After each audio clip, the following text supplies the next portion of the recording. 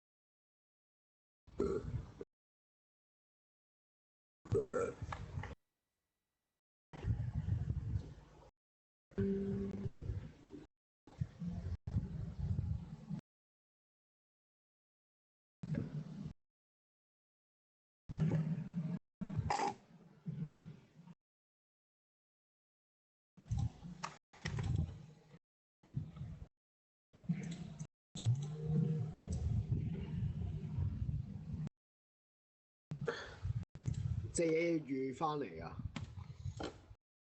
仆街死撚彩！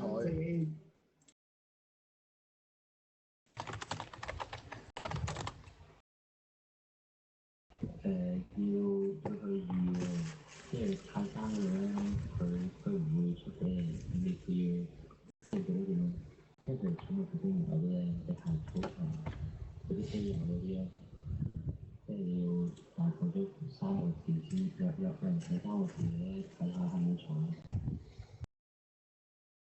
屌掛機得鬼人睇，捉唔捉到咩？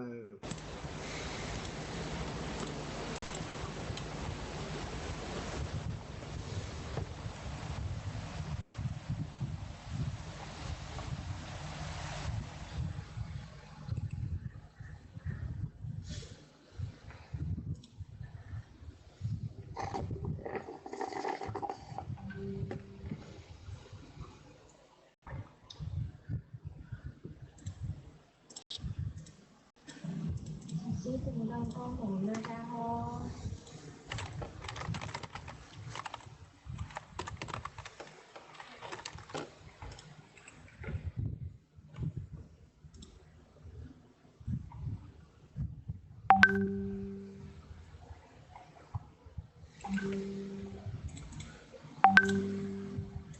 所以你唔使諗。睇下我會幫你收到一隻寵物，收到一隻點寵物都 OK 㗎，應該。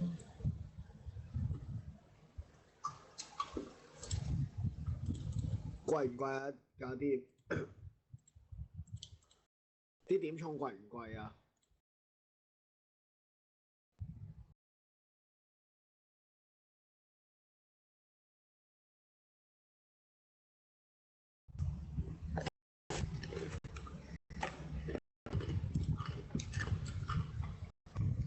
嗰啲冰好撚硬啊！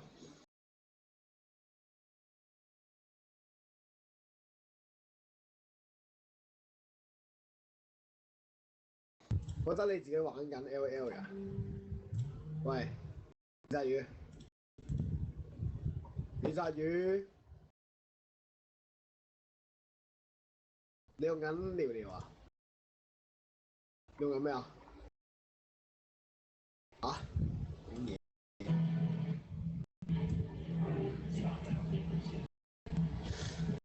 是但啦。喂，唔好啊！雷克特啊玩，我好似差一個碎片啫喎。咩啊？啊！唔好玩呢個攞唔到專精嘅英雄咯。你冇睇到咩？冇理啊！我都唔知喎。reset 咯。屌！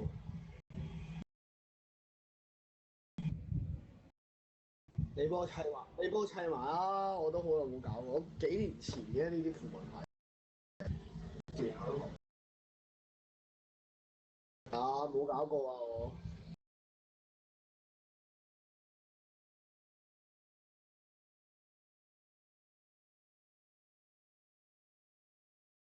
哇，夜晏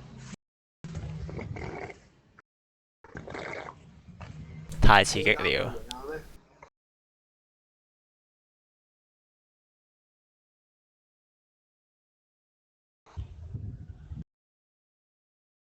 冇啊，冇錢。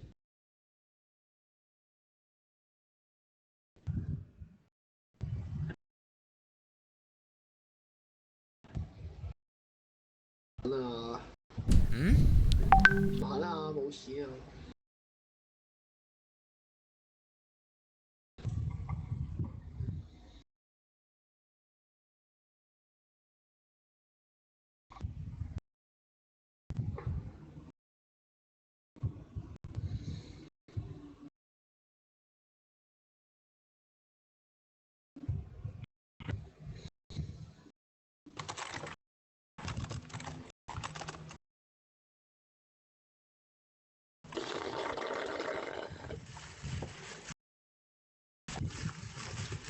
哇，木子真係好食，啲女又靚喎。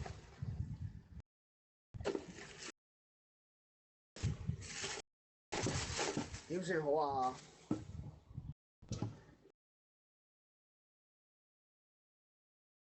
收嗰啲咧，以前嗰啲咧就唔貴嘅，喺隻 game 裏面我覺得都算平，即係對翻現金嘅咪當10零蚊一隻。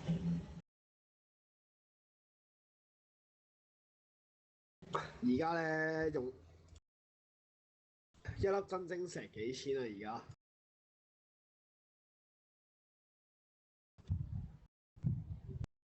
喂，屌你鯊魚！乜嘢啊？冇嘢啊？唔係啊！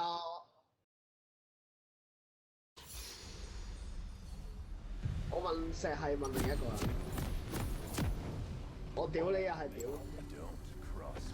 唉，唔係啊，間房得2條友啫嘛，我得按緊呢個 WhatsApp 啊嘛。啊咩啊？打咩啊？我 cut 咗。睇你。Your allegiances mean nothing to me.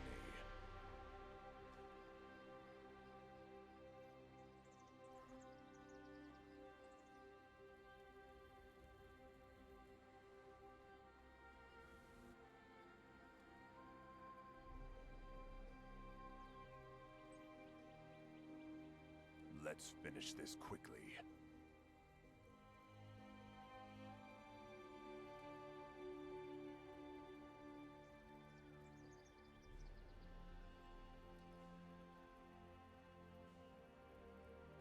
Minions have spawned.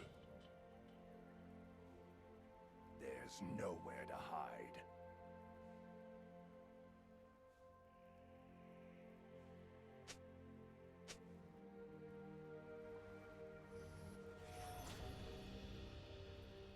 Only fools pledge life to honor.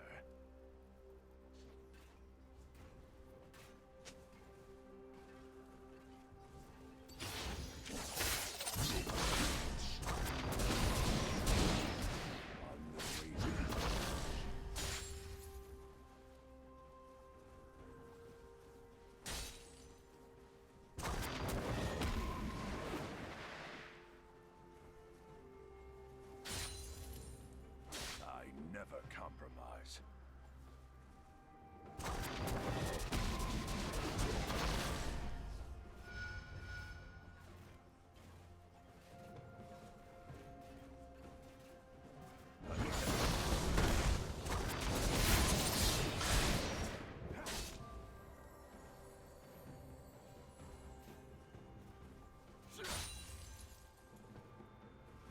Your allegiances mean nothing to me.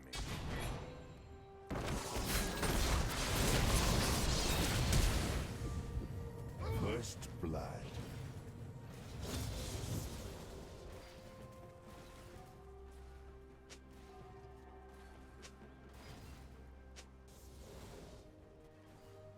Let's finish this quickly.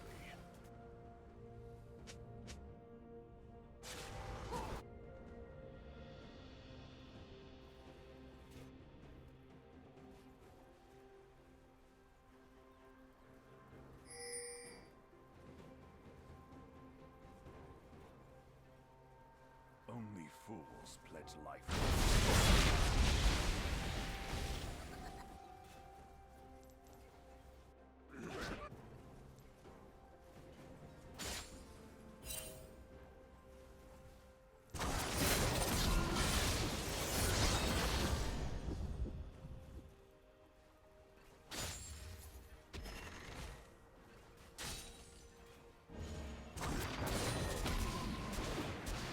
There's nowhere to hide.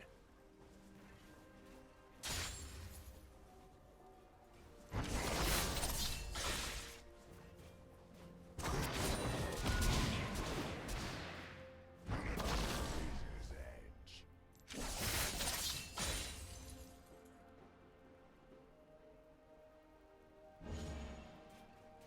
An enemy has been slain. Don't cross.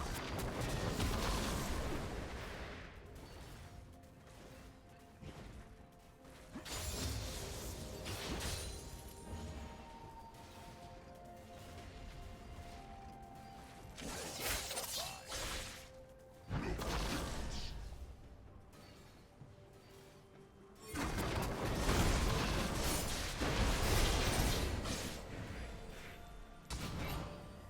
This is no challenge. Has been slain.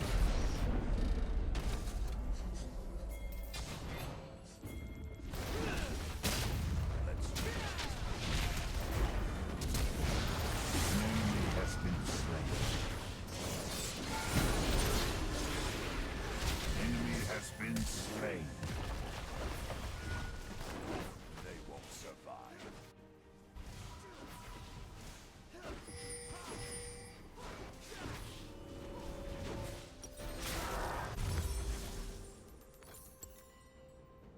Only fools pledge life to honor.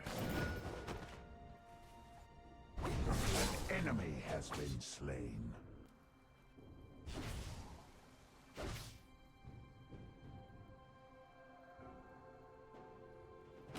These mean nothing to me.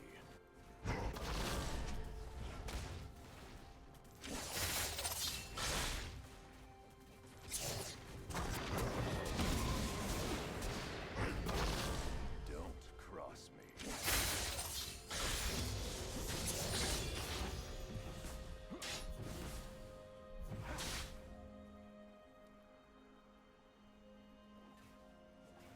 On the razor's edge.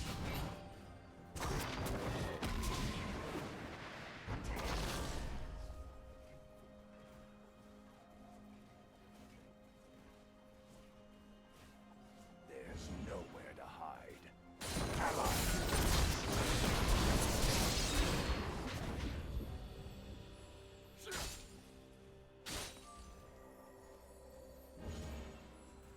Enjoy.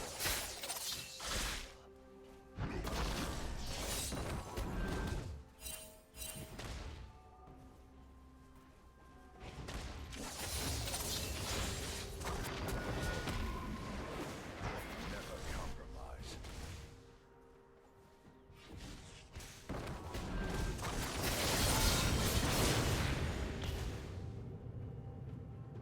You have slain an enemy. Their bones will wet.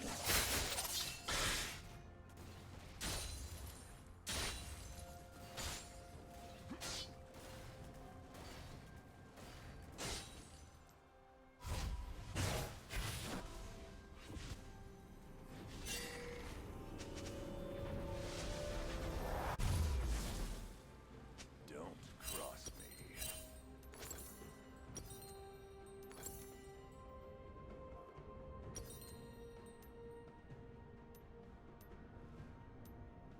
An ally has been slain. There's nowhere to hide.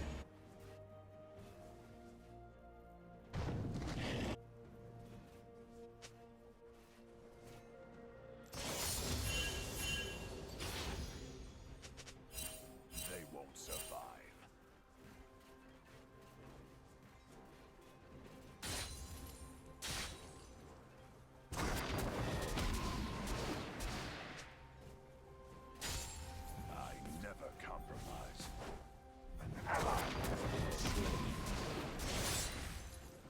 enemy has been slain.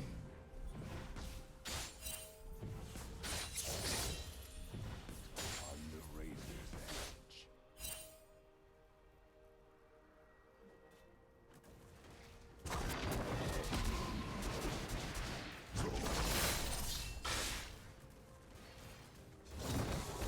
Pledge life to honor.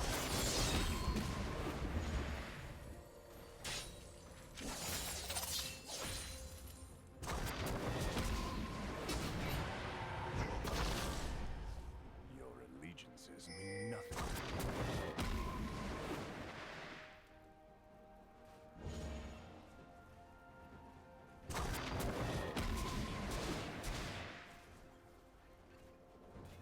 Let's finish this. An enemy has been slain.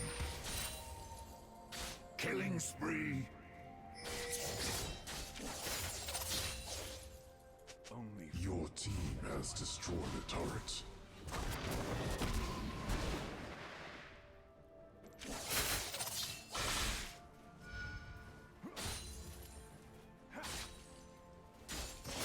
I never compromise.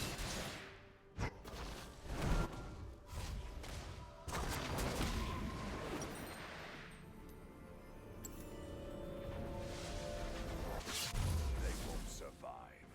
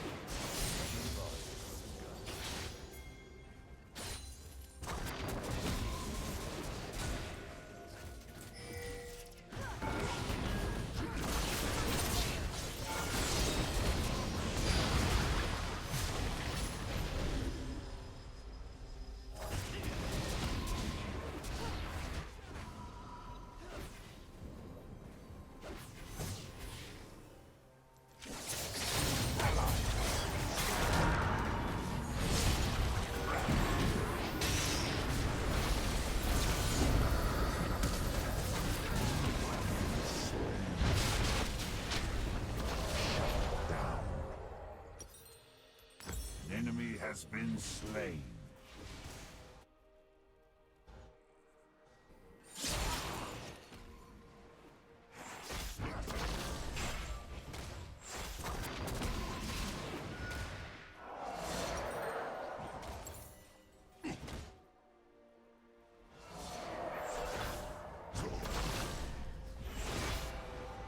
They won't survive.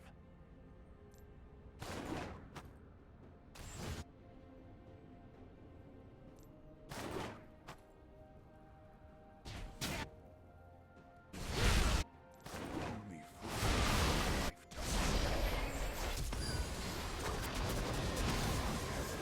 Slain.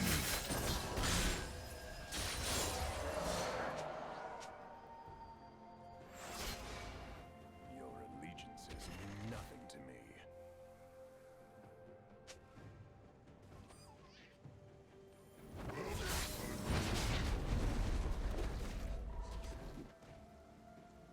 There's nowhere to hide.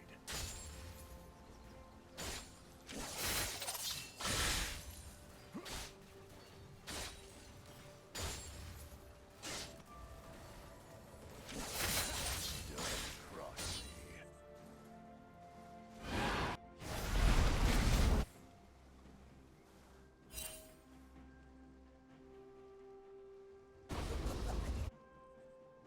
Let's finish this quickly.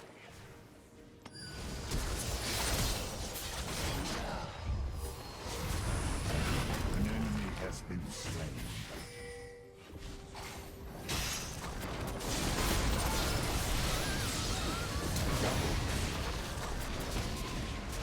Your team has destroyed a turret.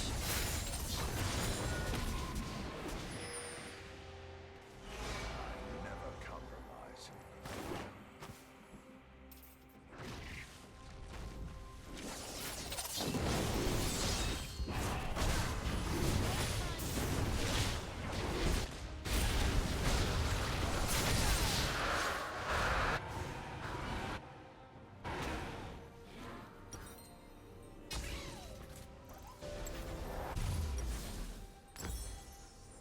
Let's finish this quickly.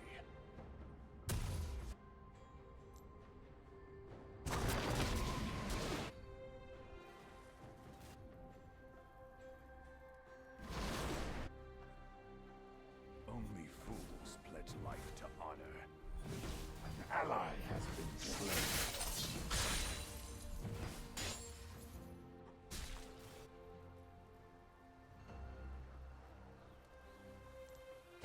On the razor's edge.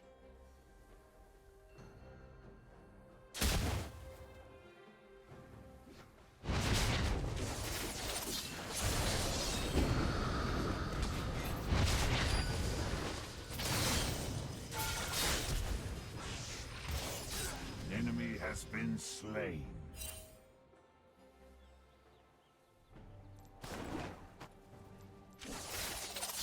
There's nowhere to hide.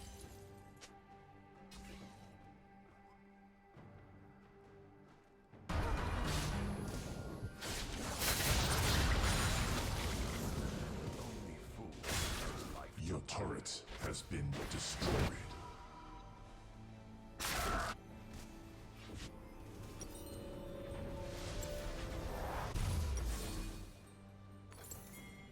Let's finish this quickly.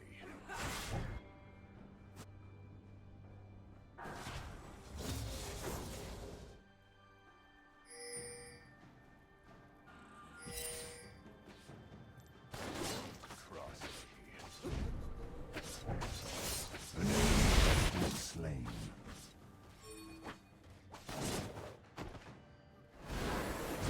Killing spree.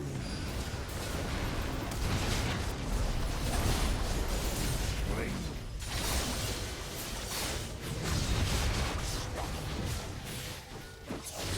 Shut down.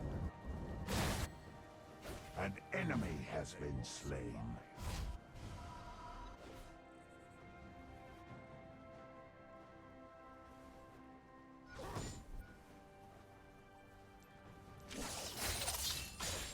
On the razor's edge.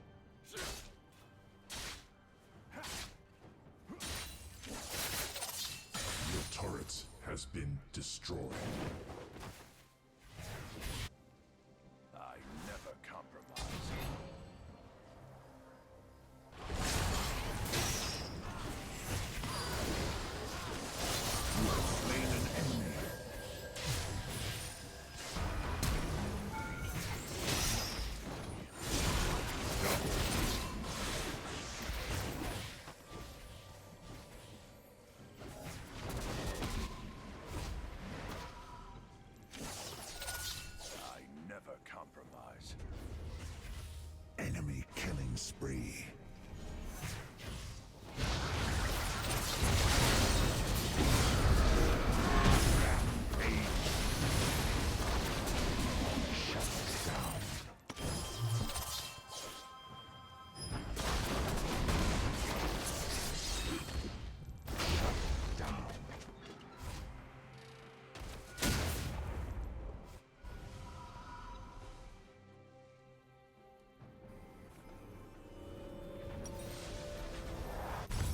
There's nowhere to hide.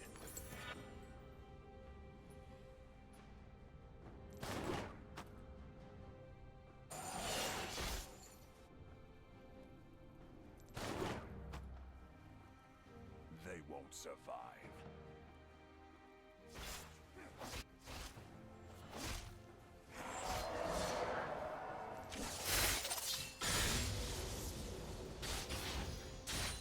Let's finish this quickly.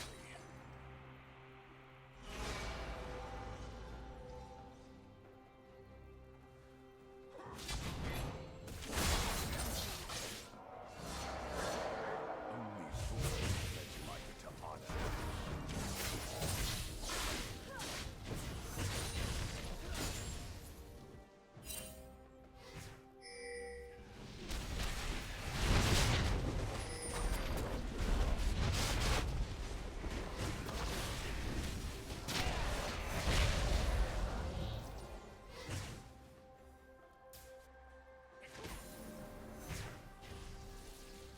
On the razor's edge.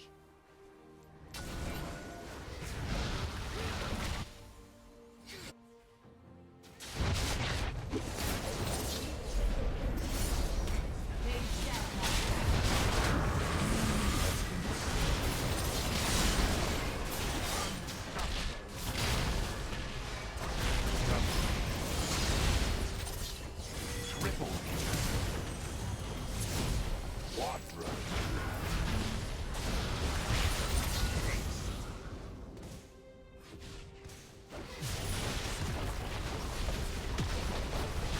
Your team has destroyed a turret.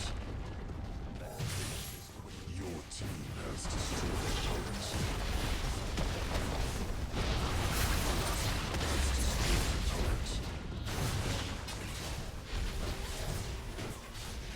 Your team has destroyed an inhibitor.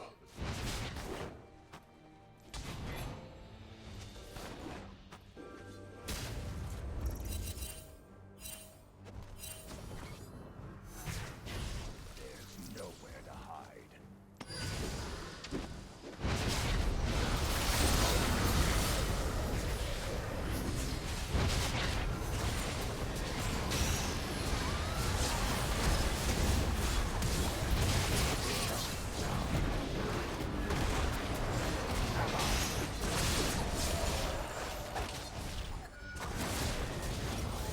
Slain.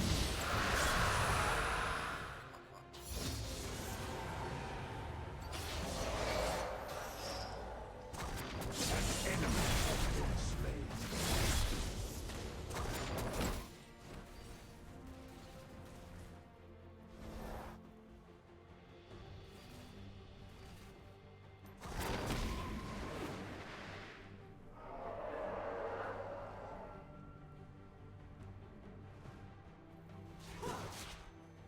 They won't survive.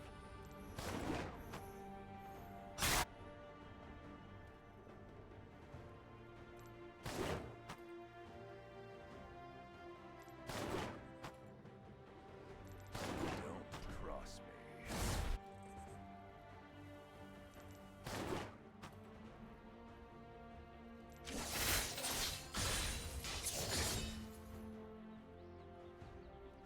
Your allegiances mean nothing to me.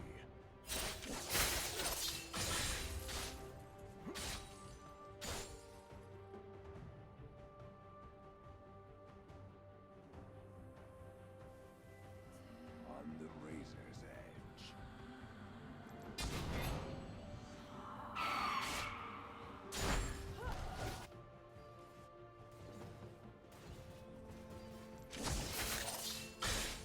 Let's finish this game.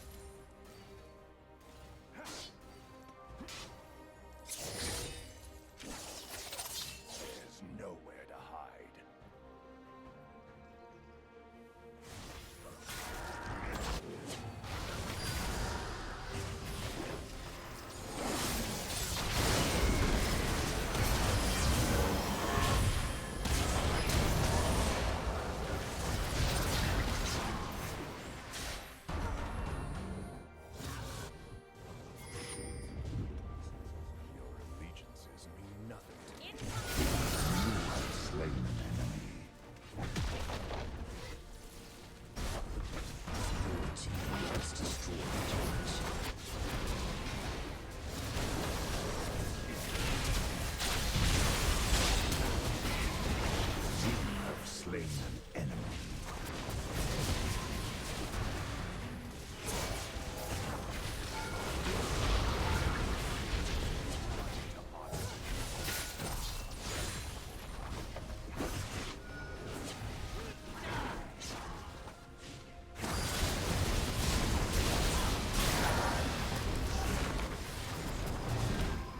Your team has destroyed the turrets.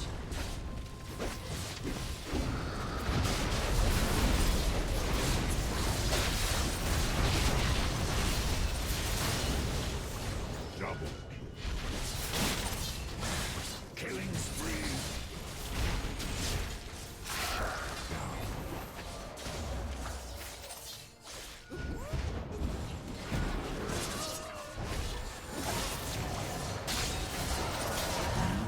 Slain an enemy. Rampage. Double kill. Ace. Your team has destroyed inhibitor. Your team has destroyed a turret.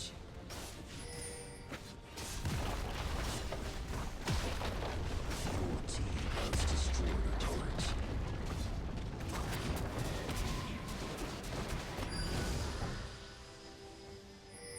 The enemy's inhibitor is responding.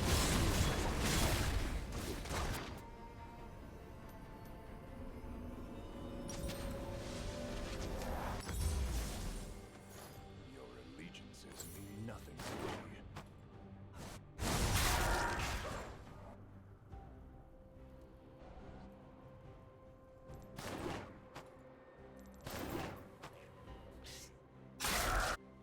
They won't survive.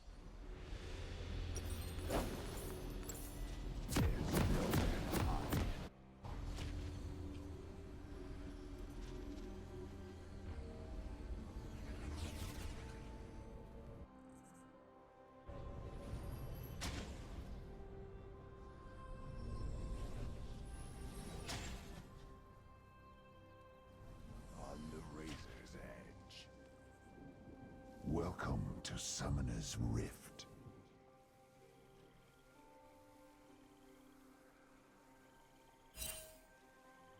Your allegiances mean nothing to me.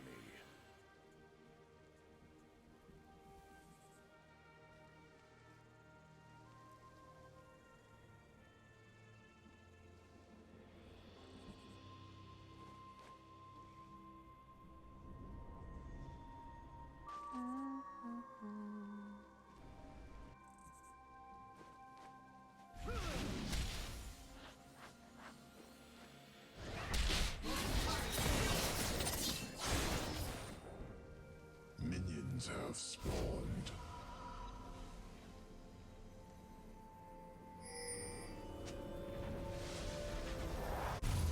Don't cross me.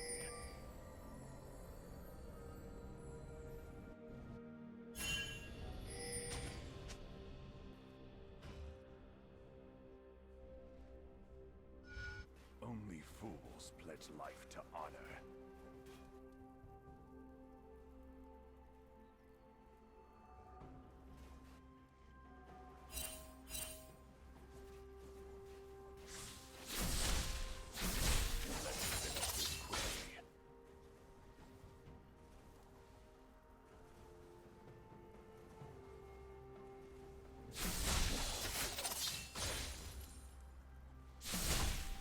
I never compromise.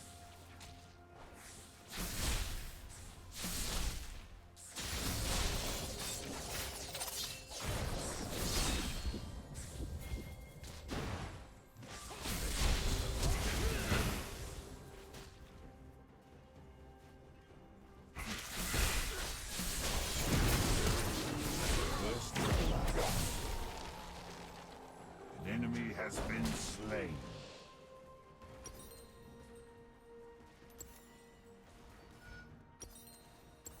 There's nowhere to hide.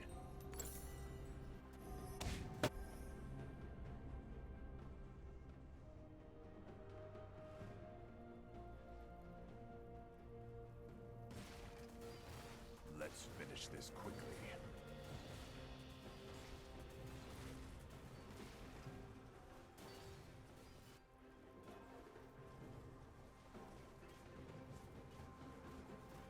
They won't survive.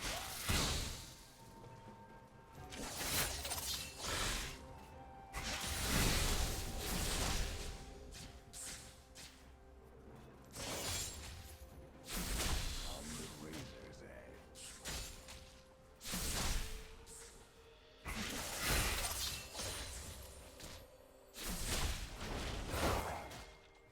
An enemy has been slain. I never compromise.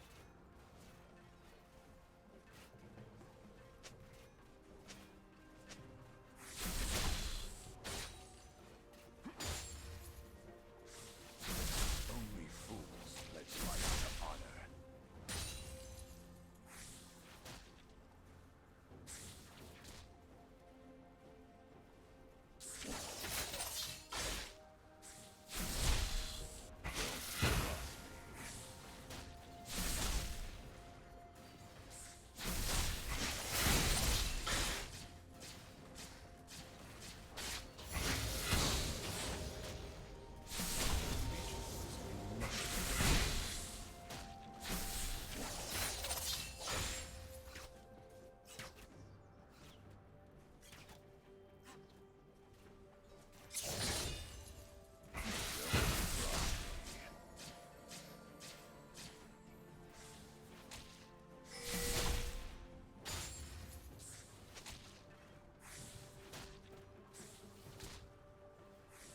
Let's finish this quickly.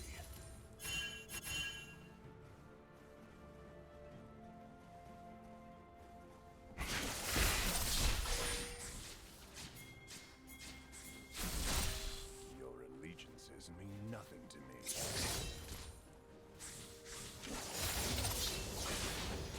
Killing spree.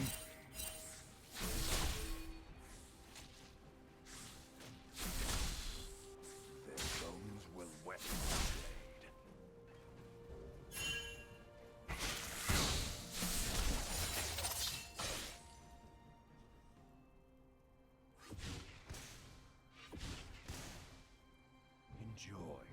taste of steel.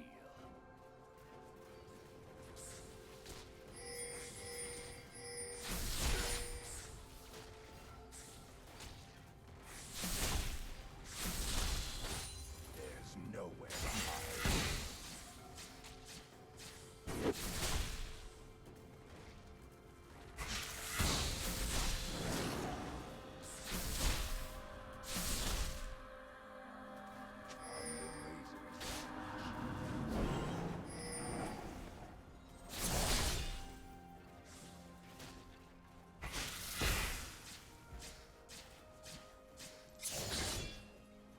This is no challenge.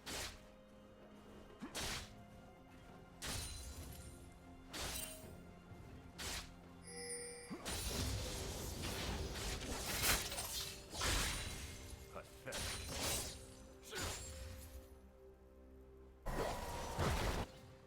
Rampage.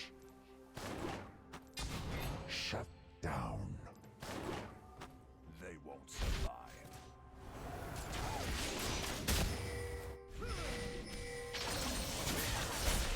Enemy has been slain.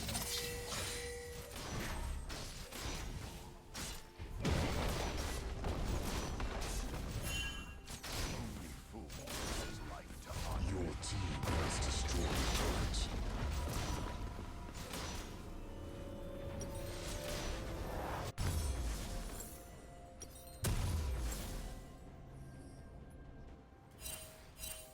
I never compromise.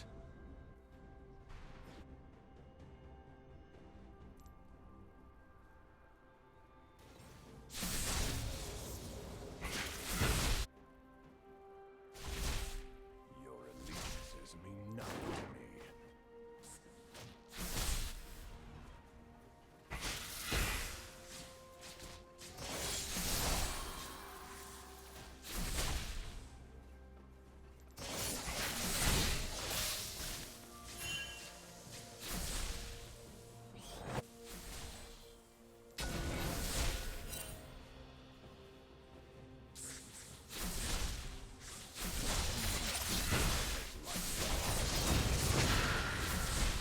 You have slain an enemy.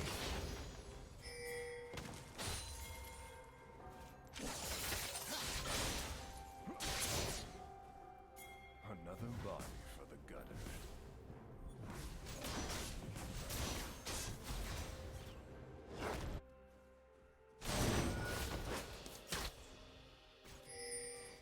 This blade's my favorite.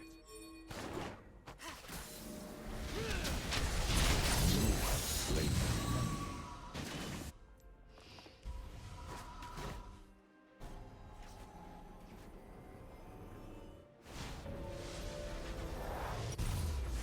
Don't cross me.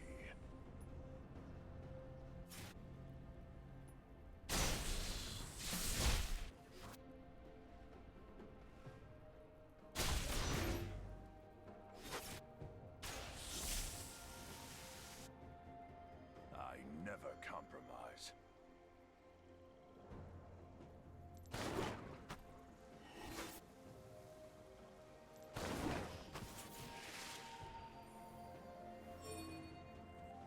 Let's finish this quickly.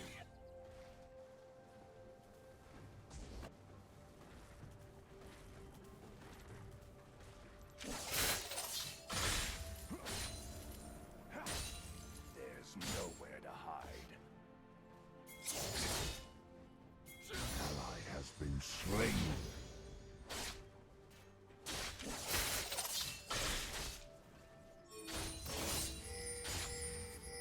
They won't survive.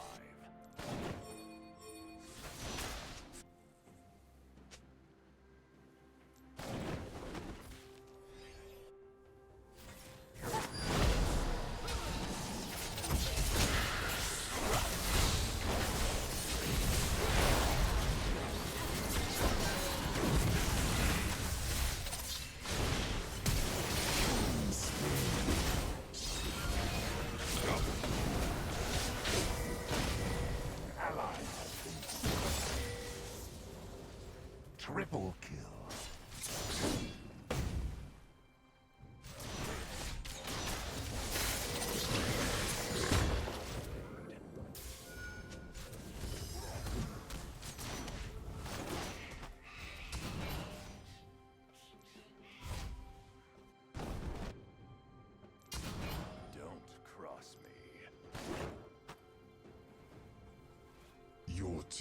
has destroyed the turret.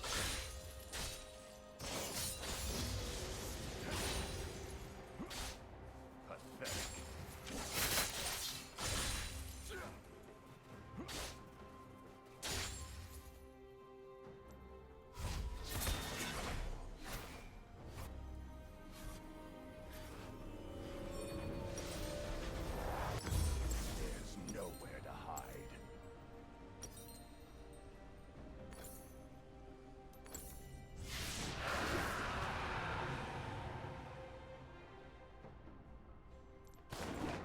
Your allegiances mean nothing to me.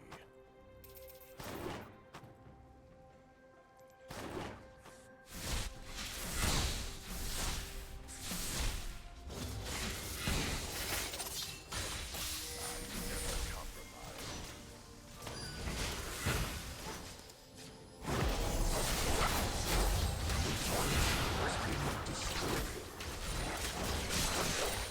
An enemy has been slain. They won't survive.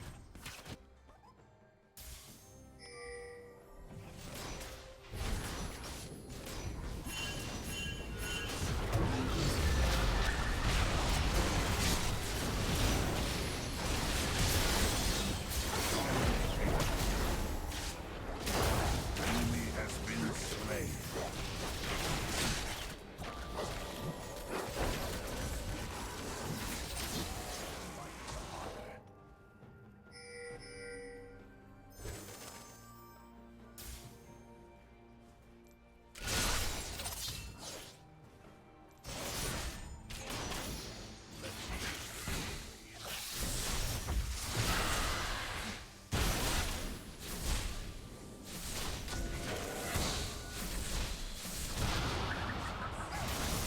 Been slain.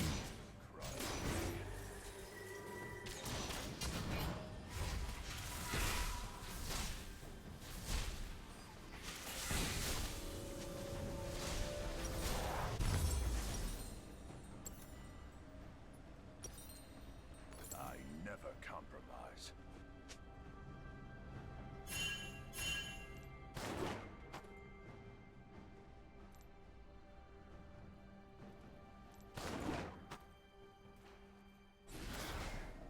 Your allegiances mean nothing to me.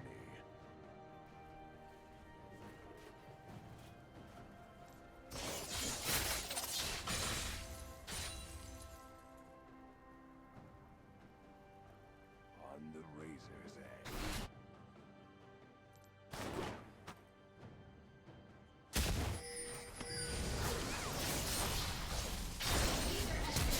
Godlike. They won't survive.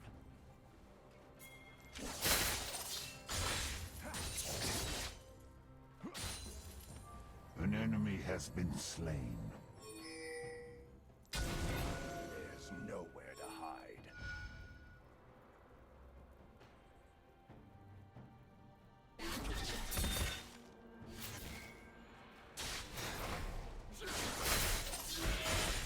I never compromise.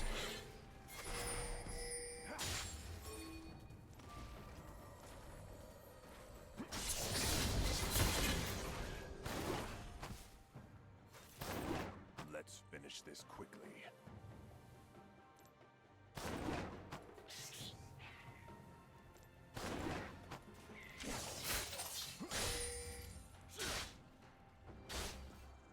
Your allegiances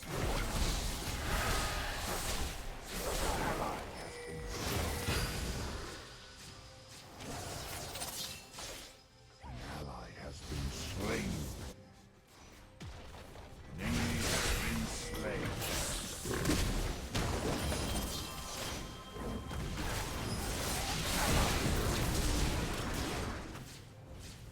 You have slain an enemy. Only fools pledge life to honor.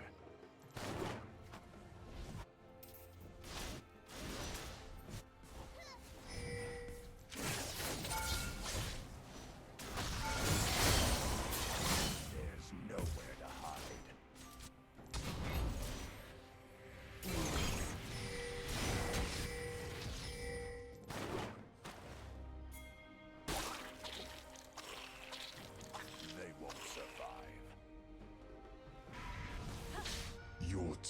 has destroyed a turret. An enemy has been slain. Don't An cross enemy has been slain.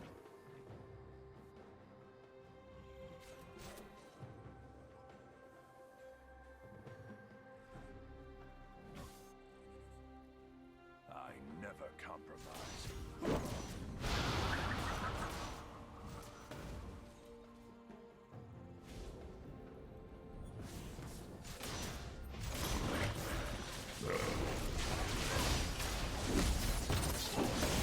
Legendary. An enemy has been slain. Ally has been slain.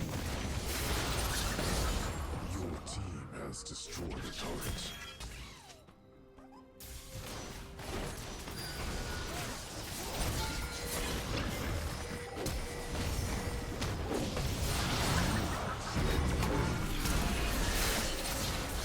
Legendary.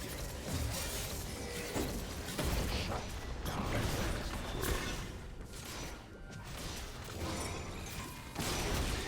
Your team has destroyed a turret. Ally has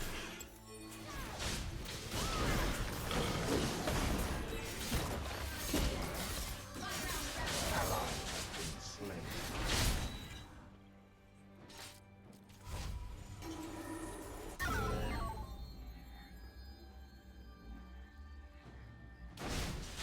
Razor's edge.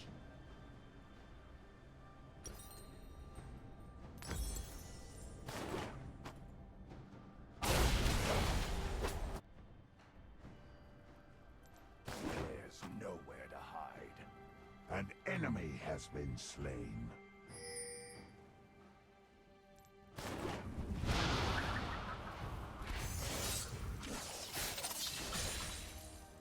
Don't cross me.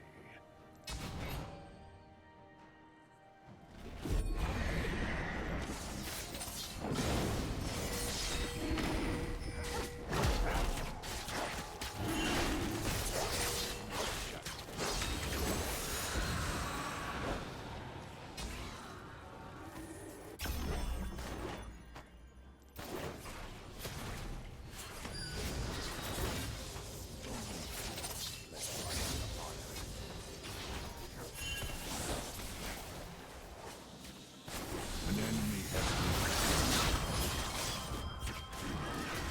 You have slain an enemy.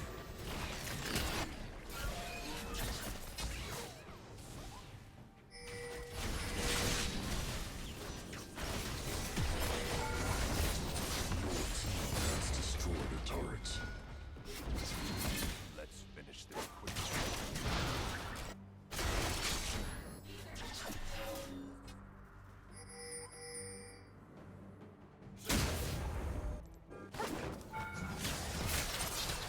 Nowhere to hide.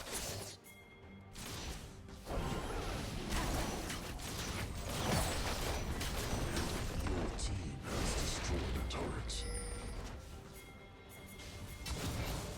Only fools pledge life to honor.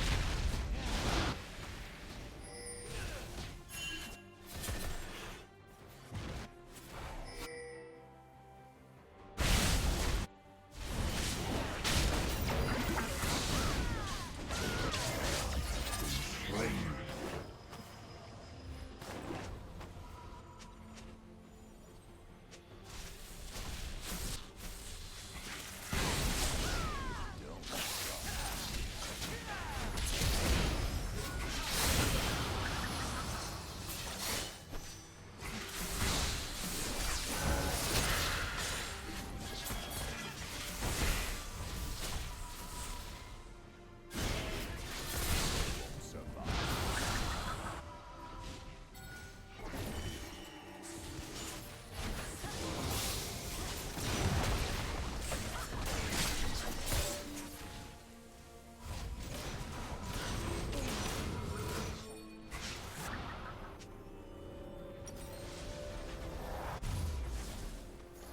I never compromise. Killing spree.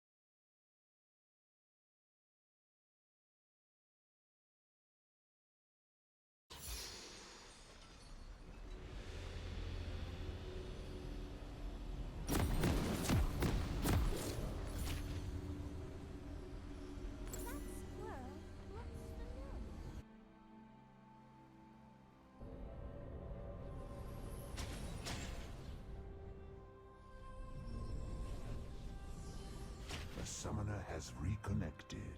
Nosy dewdrop. Welcome to Summoner's Rift.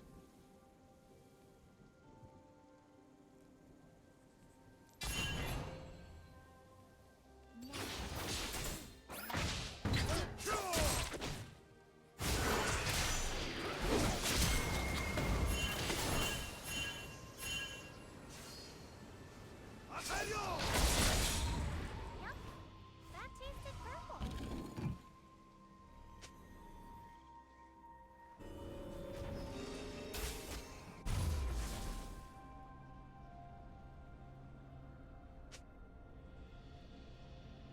You'll see more with your eyes closed.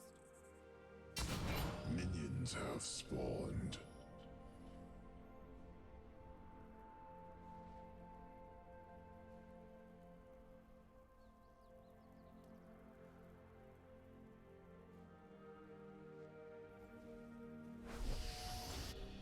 Whoa, Susie.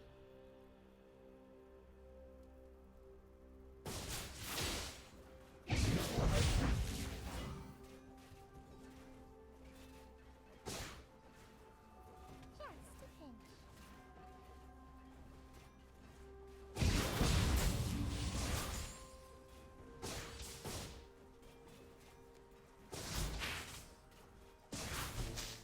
I recommend.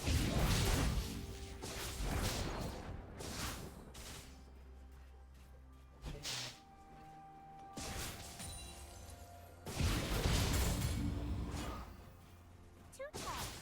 Much too tall. Executed.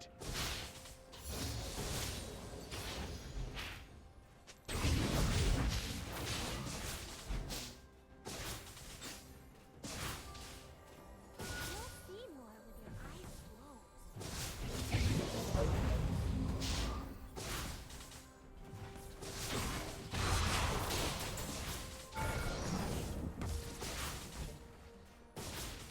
Yep, that tasted purple.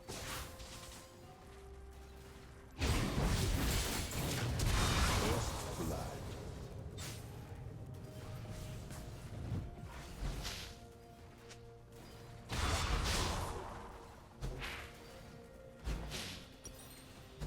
Whoa, Susie.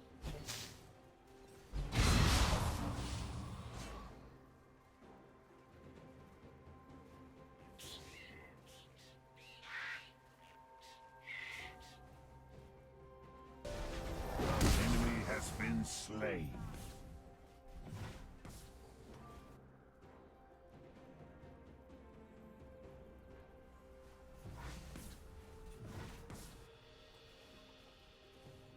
That squirrel looks familiar.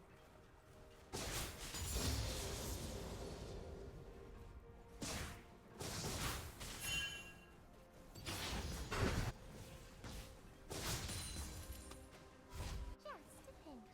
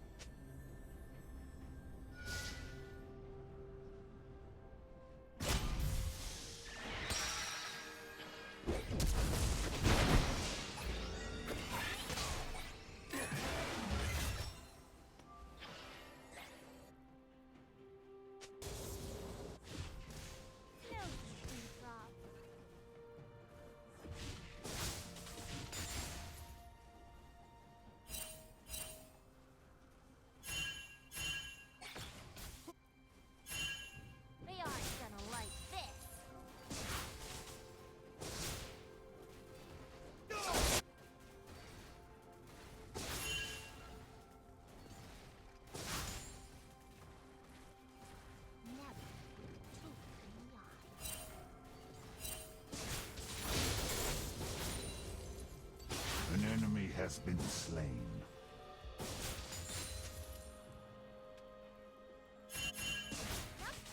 That tasted purple.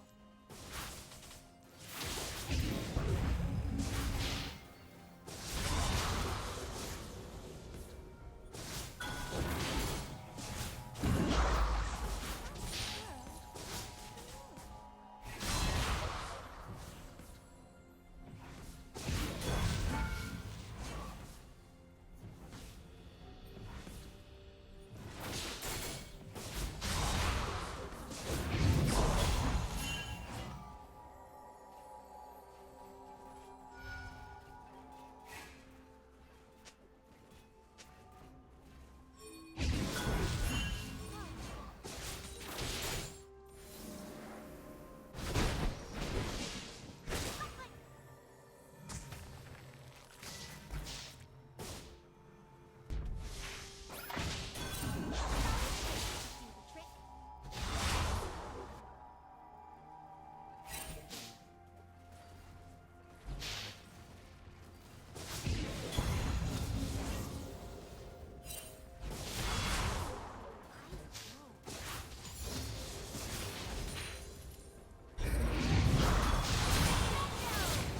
You have slain an enemy. Let's see all the colors.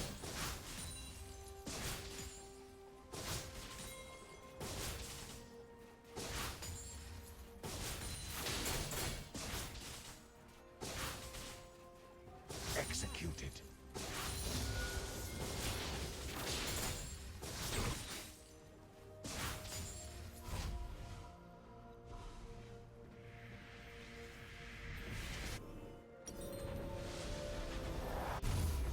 I recommend skipping.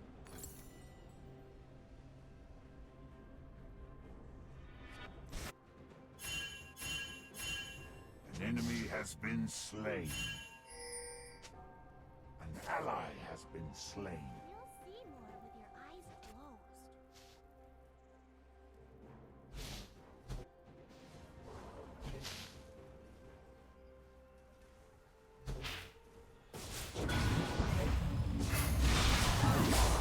An enemy has been slain.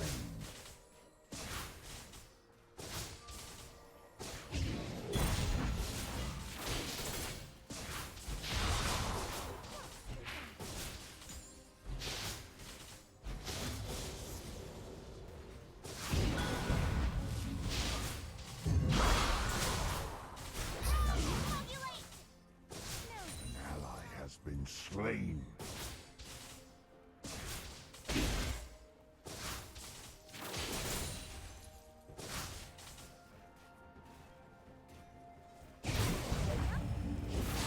Enemy has been slain. You have slain an enemy.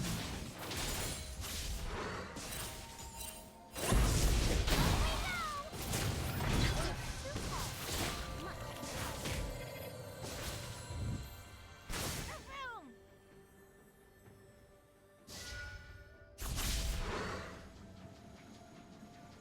You have been slain.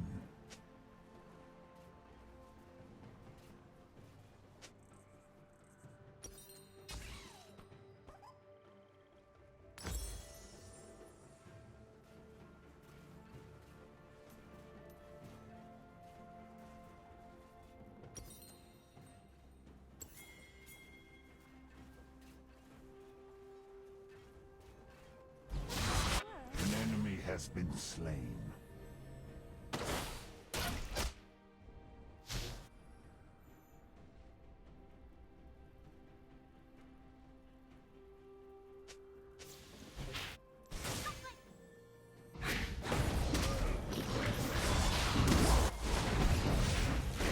Killing spree.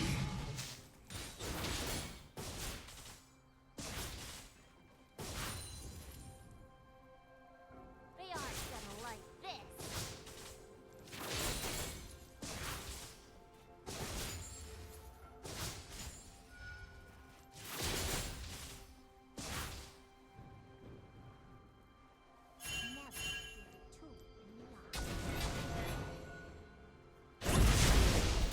ally has been slain.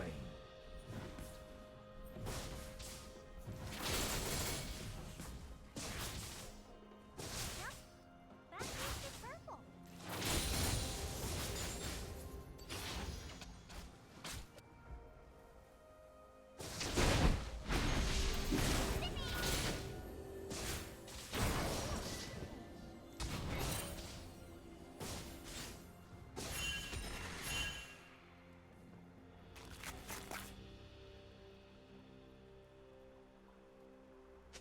You'll see more with your eyes closed.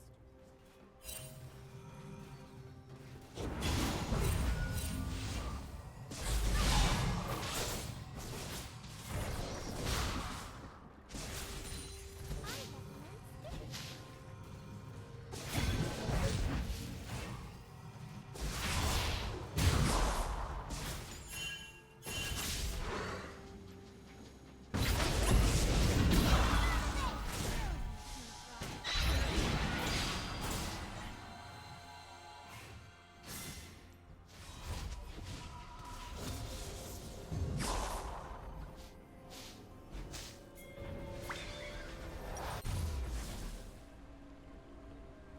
That squirrel looks familiar.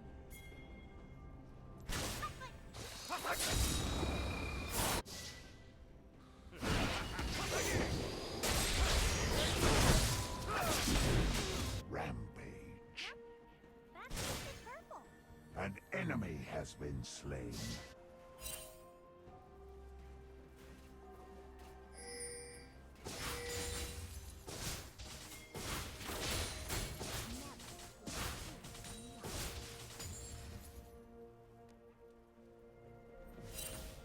Enemy has been slain.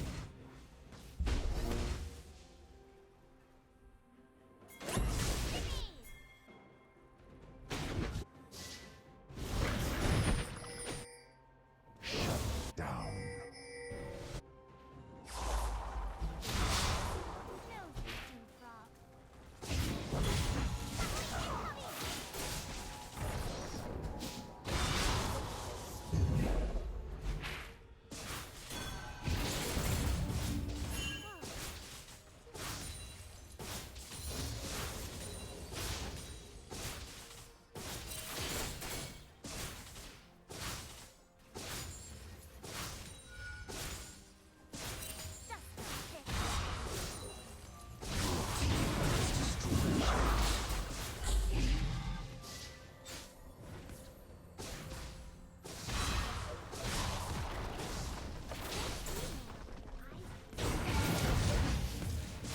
An ally has been slain. You have slain an enemy. Let's use all the colors.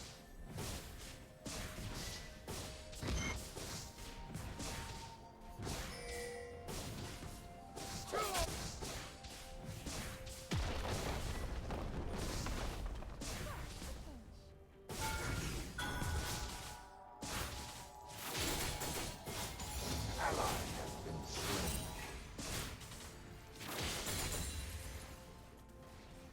A solid chisel should do that.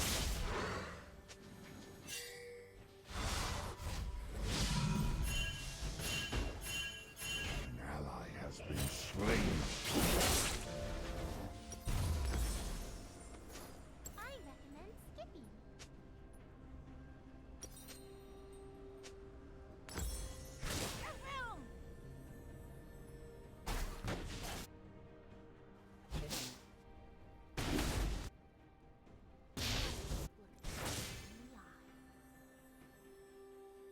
Your turret has been destroyed.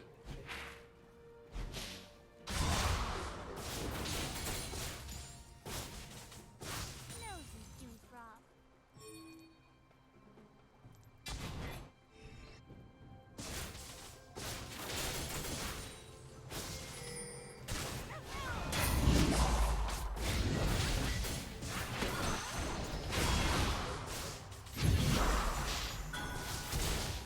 An enemy has been slain. An enemy has been slain. That squirrel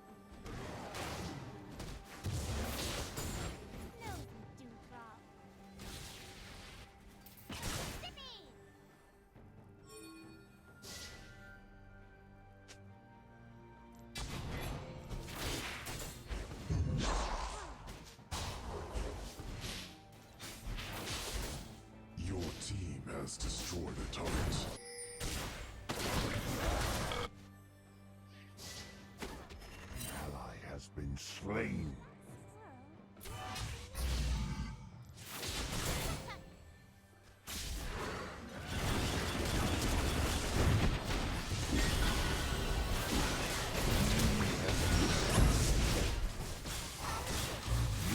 Slain enemy. Double kill.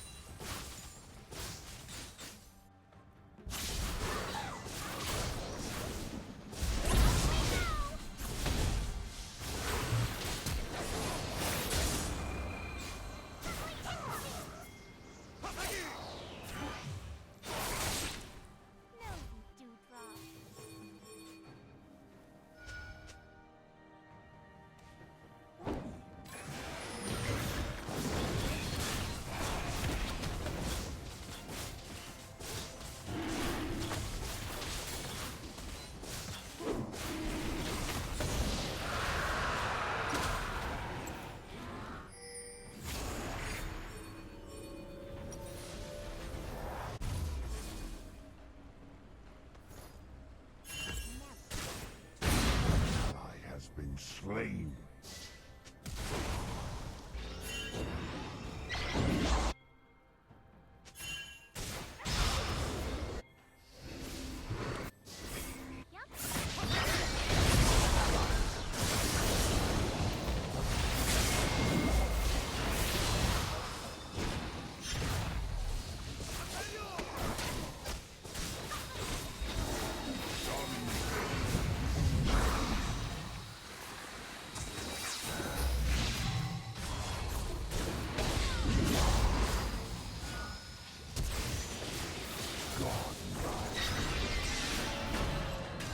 Double kill.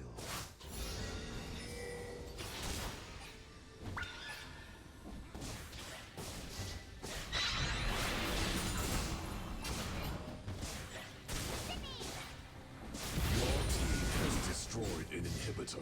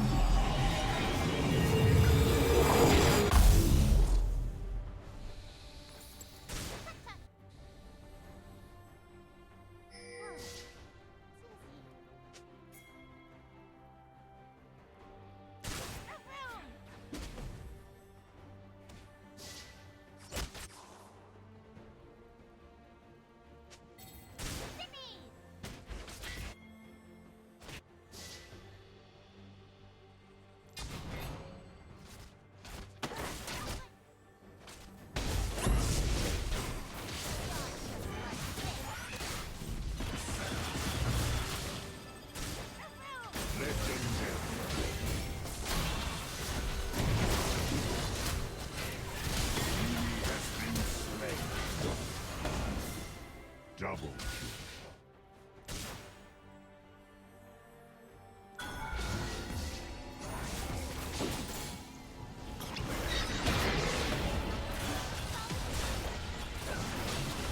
Your team has destroyed a turret.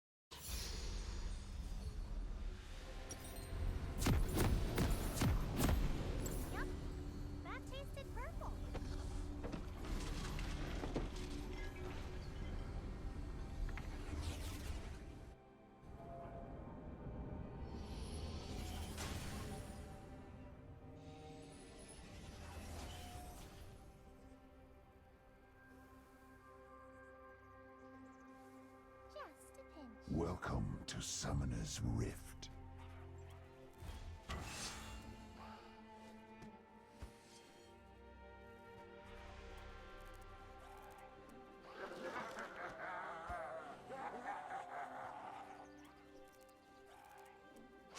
Ever seen your soul?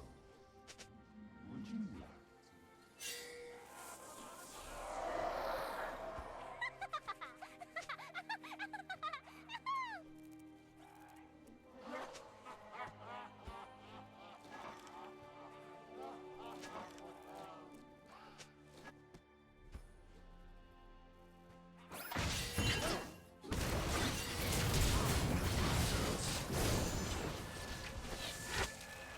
First blood.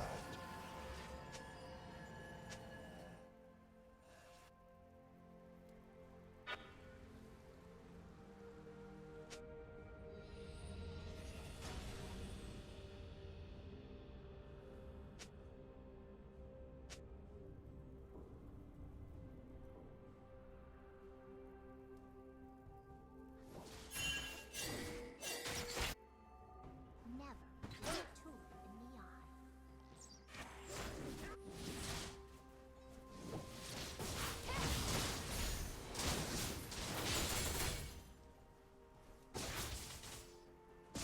No, you dewdrop.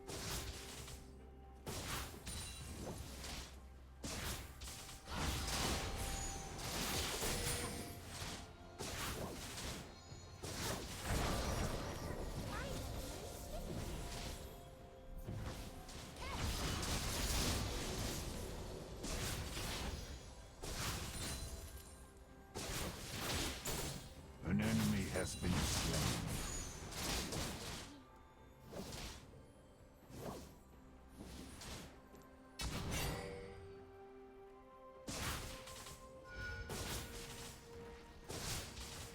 An ally has been slain. An enemy has been slain.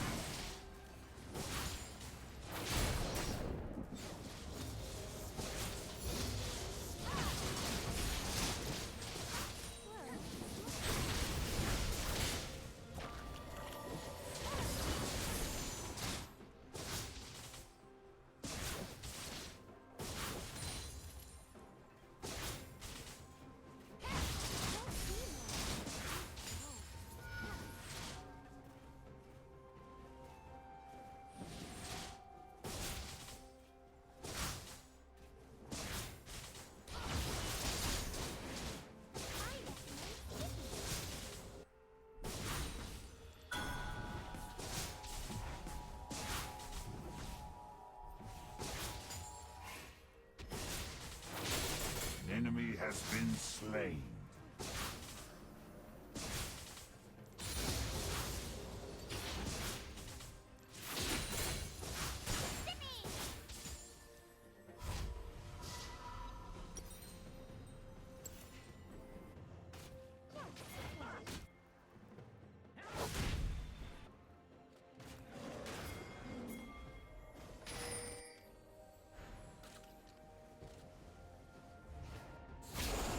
Yup, that tasted purple.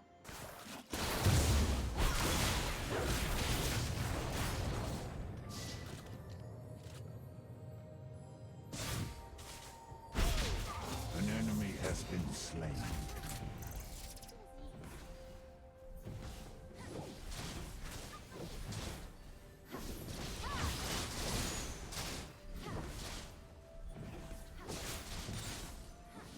Just six.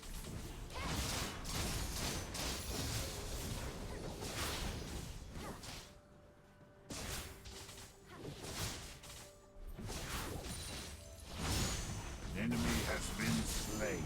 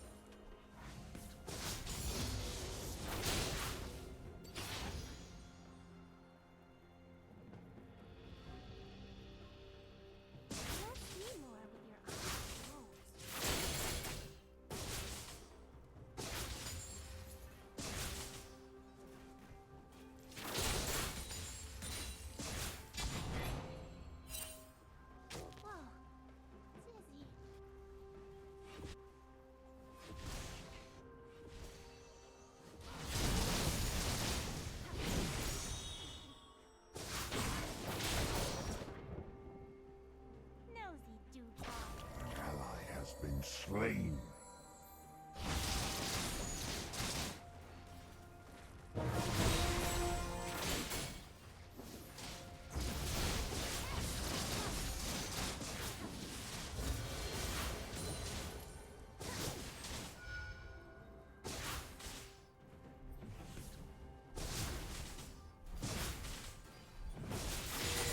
Let's see all the colors.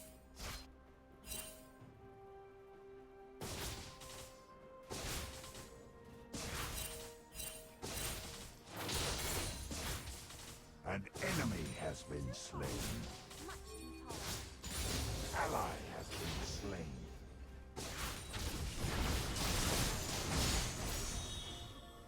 Executed.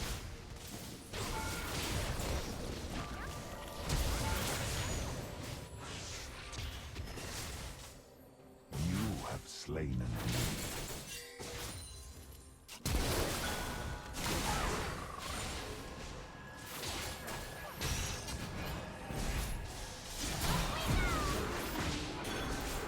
You have slain an enemy.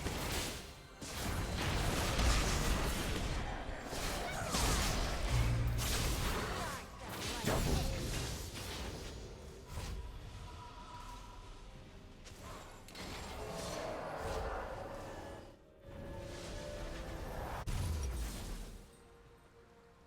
I recommend skipping.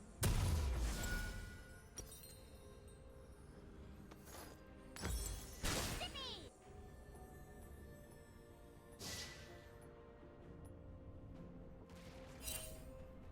You'll see more with your eyes closed.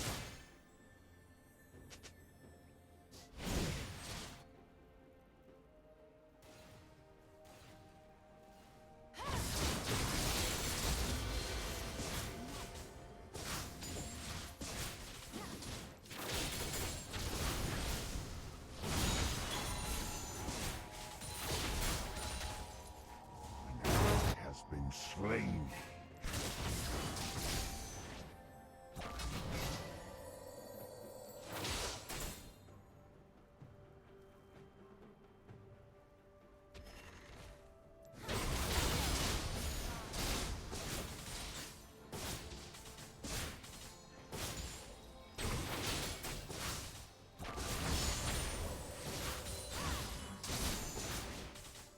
Yep, that tasted perfect.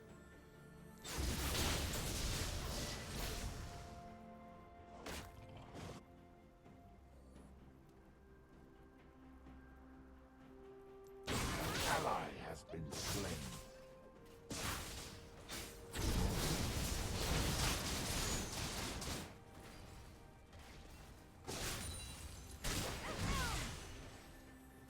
That's good.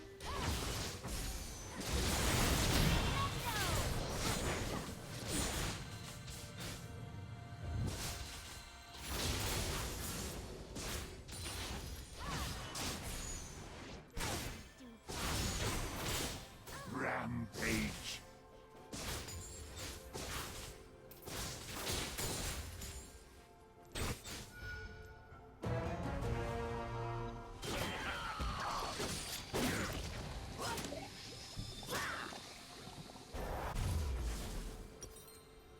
Whoa.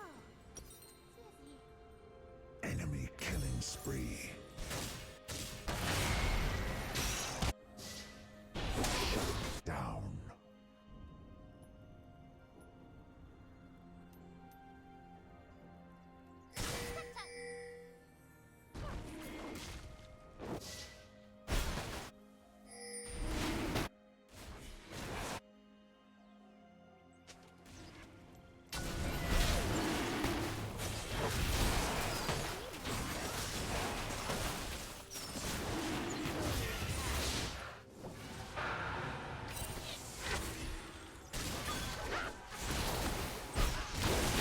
Unstoppable. Never look a tool in the eye.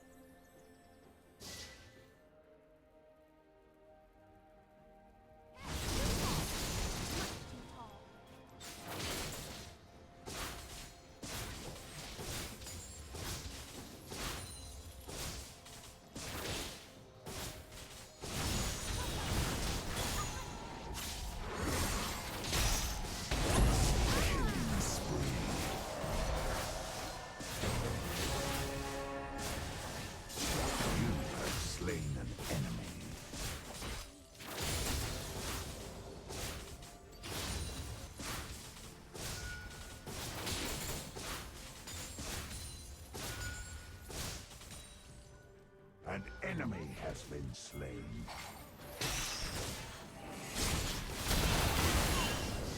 Rampage.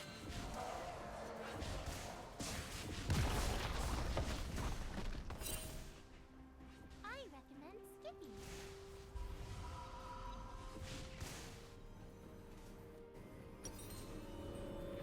Your team has destroyed a turret. Your team has destroyed a turret. An enemy has been slain. Double kill.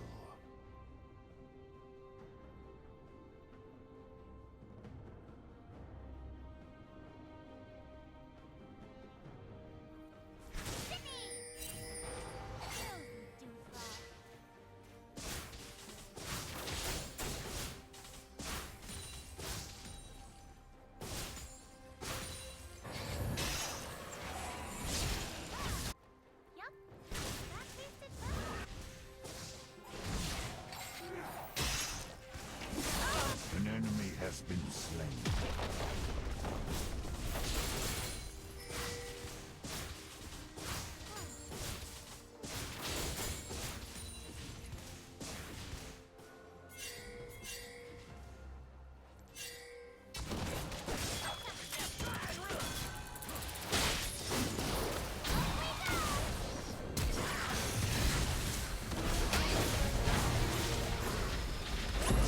Killing spree.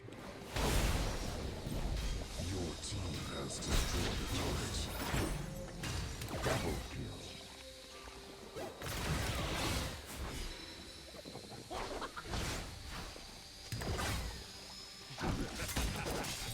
An enemy has been slain. Never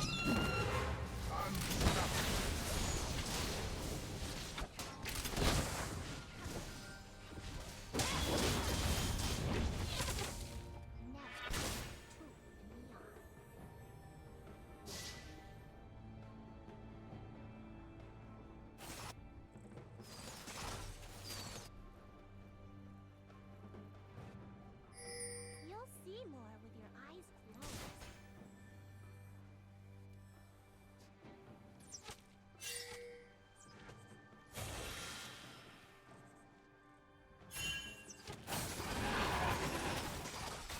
I recommend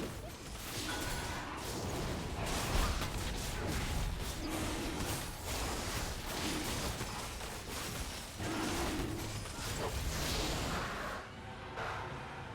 That squirrel looks good.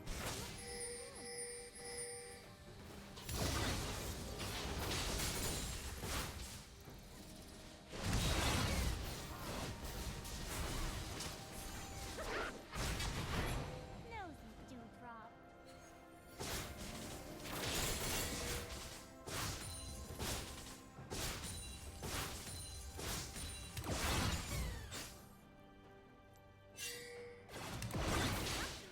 That tasted purple.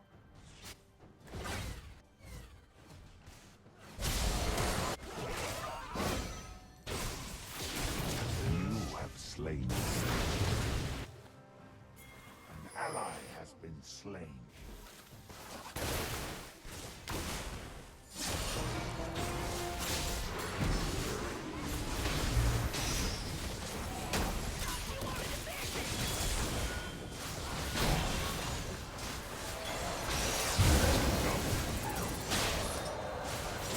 You have slain an enemy.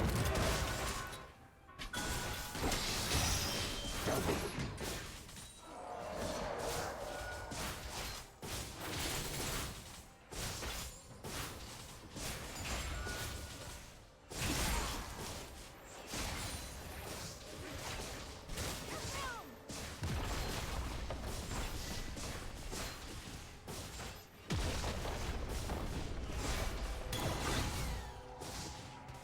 Your team has destroyed a turret.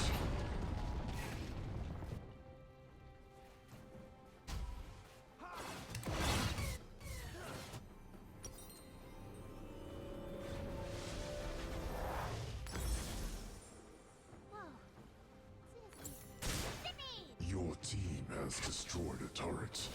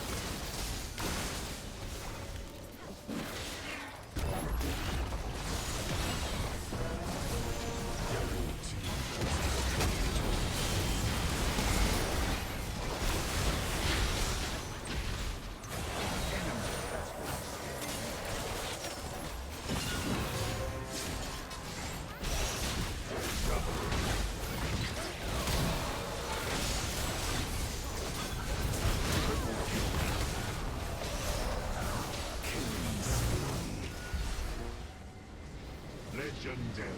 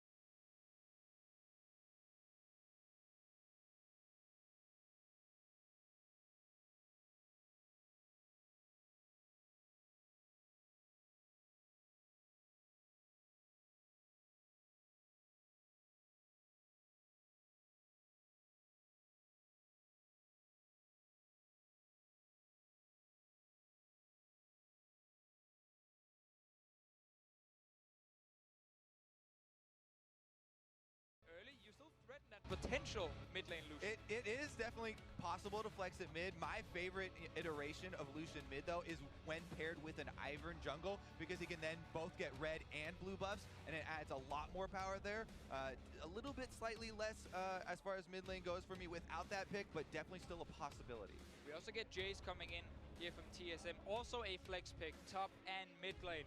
We know Hanzo wants to be on a champion where he can carry from the top side, where he can try and split push. We know G2 Esports wants to try and avoid that matchup going in favor of Hanzo. That is why Jace as a flex here is actually very smart. Because worst case for Hanzo, he just gives it to Bjergsen. Another intelligent ban here from G2, the Varus. Wild Turtle's really been favoring that. TSM really early priority on that champion in previous picks bans. It actually surprised a lot of people. Now Syndra or Iana are still available as blind picks if G2 wants to take one of those to the mid lane. Sven is an old Lucian main, like many of the AD carries have been at some point. And it is a G2 Esports saying, screw the late game drafts. We actually want early game fights, like we saw against SKT in the very first game that they played here at MSI. Fizz going off the table does leave a Rumble as an option. We have seen Hanzo play a good Fizz earlier on in this one, but let's see what we get out of this one. Ashe, the early hover, maybe back to Jhin, and again, with Varus off the table, you'd expect to see one of these utility carries out of Wild Turtle, but they might need that top laner first. Yeah, definitely locking in the Rumble here is a high priority. Getting the extra magic resist to counteract the Jace attack damage from mid lane. Bjergsen has played a lot of Jace in that mid lane, and getting Hanzo another damage threat from the opposite damage type is very important.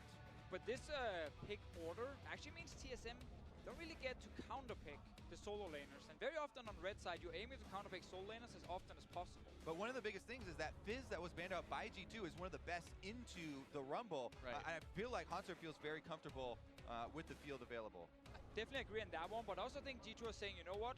It's fine. Rumble is not a massive split pusher. It actually forces TSM to play team fights now. They take a tank and Gragas top lane and say, let's just match the team fight. Which lets them use Sven as that key player, where their bot lane's supposed to look good, Braum Lucian in the same dual lane Sven.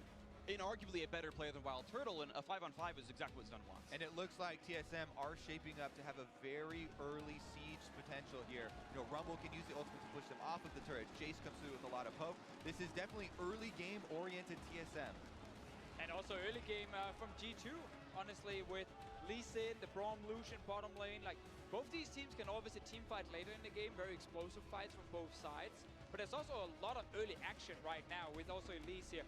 Perkz should be running Cleanse in the mid lane when you're against Exhaust from Jace plus the Elise ganks. And he needs to be careful because Svenskeren can have some really good early games. Yeah, I mean, the early Tahm Kench pick, protecting their later Ashe pickup as well.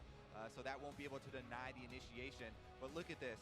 Definitely a lot of pick potential. This should be a really explosive early game as we're talking about. Should be a lot of fun. And I always like seeing when teams play comps a little bit differently. The fact that you've got a tank top on one side, a non-tank on the other, Stoneborn Pact coming in, some nerfs and some of the other tanks has made tank supports more frequent now in Professional League of Legends, which kind of gives you some slight other types of compositions. We were not seeing as much Rumble much earlier on in the year, so I'm always a fan of seeing that comps are built differently. There's different roles in each lane. And I love the adaptations from day to day.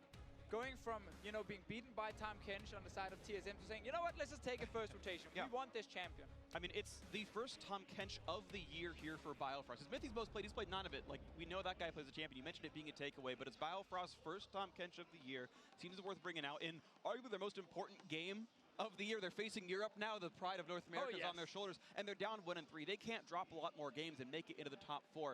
North America had a Pool 1 seed at Worlds last year. You lose your Pool 1 seed if you do not make top 4 here. G2 knew that pain themselves. They got drawn to the Rocks Tigers group because they weren't a Pool 1 team. That hurt them. They ended up failing out in groups, and here G2 can redeem themselves there. But meanwhile, TSM have to live up to the CLG legacy, where not only did they get Pool 1, but they got top 2 at MSI last year, and TSM needs some significant improvement to get to that situation again. Redemption here for both these teams to get into the game. An incredible amount of pride on the line for both of these teams as we head into the game. And again, the weight is on these junglers' shoulders. Trick, not necessarily the biggest Lee Sin. And Svenskeren as well, the Elise isn't the main champion that you go to with him, but both of them are early game jungle champions. Yeah, and I really want to talk about why Lee Sin for Trick has not really been the best match if you look at the EU LCS. Early game, he's fine. He can obviously pull off the ganks, he can make plays. Problem for him is mid to late game, he rarely is the man in the front, looking for that engage from Lee Sin, looking to catch that one guy in a fight. Think back to some of the biggest Lee Sin moments we've seen, you know, the beautiful insects that you secures your late game teamfight into a Baron. We don't see that from Trick very often, and that's why he's not preferred this champion. He's only had 5 games on it all year. It's his 6th most played jungler. This is not his style. It is a takeaway. Luckily for them in this matchup, you know, G2 do have a beefier front line with Expect on the Gragas.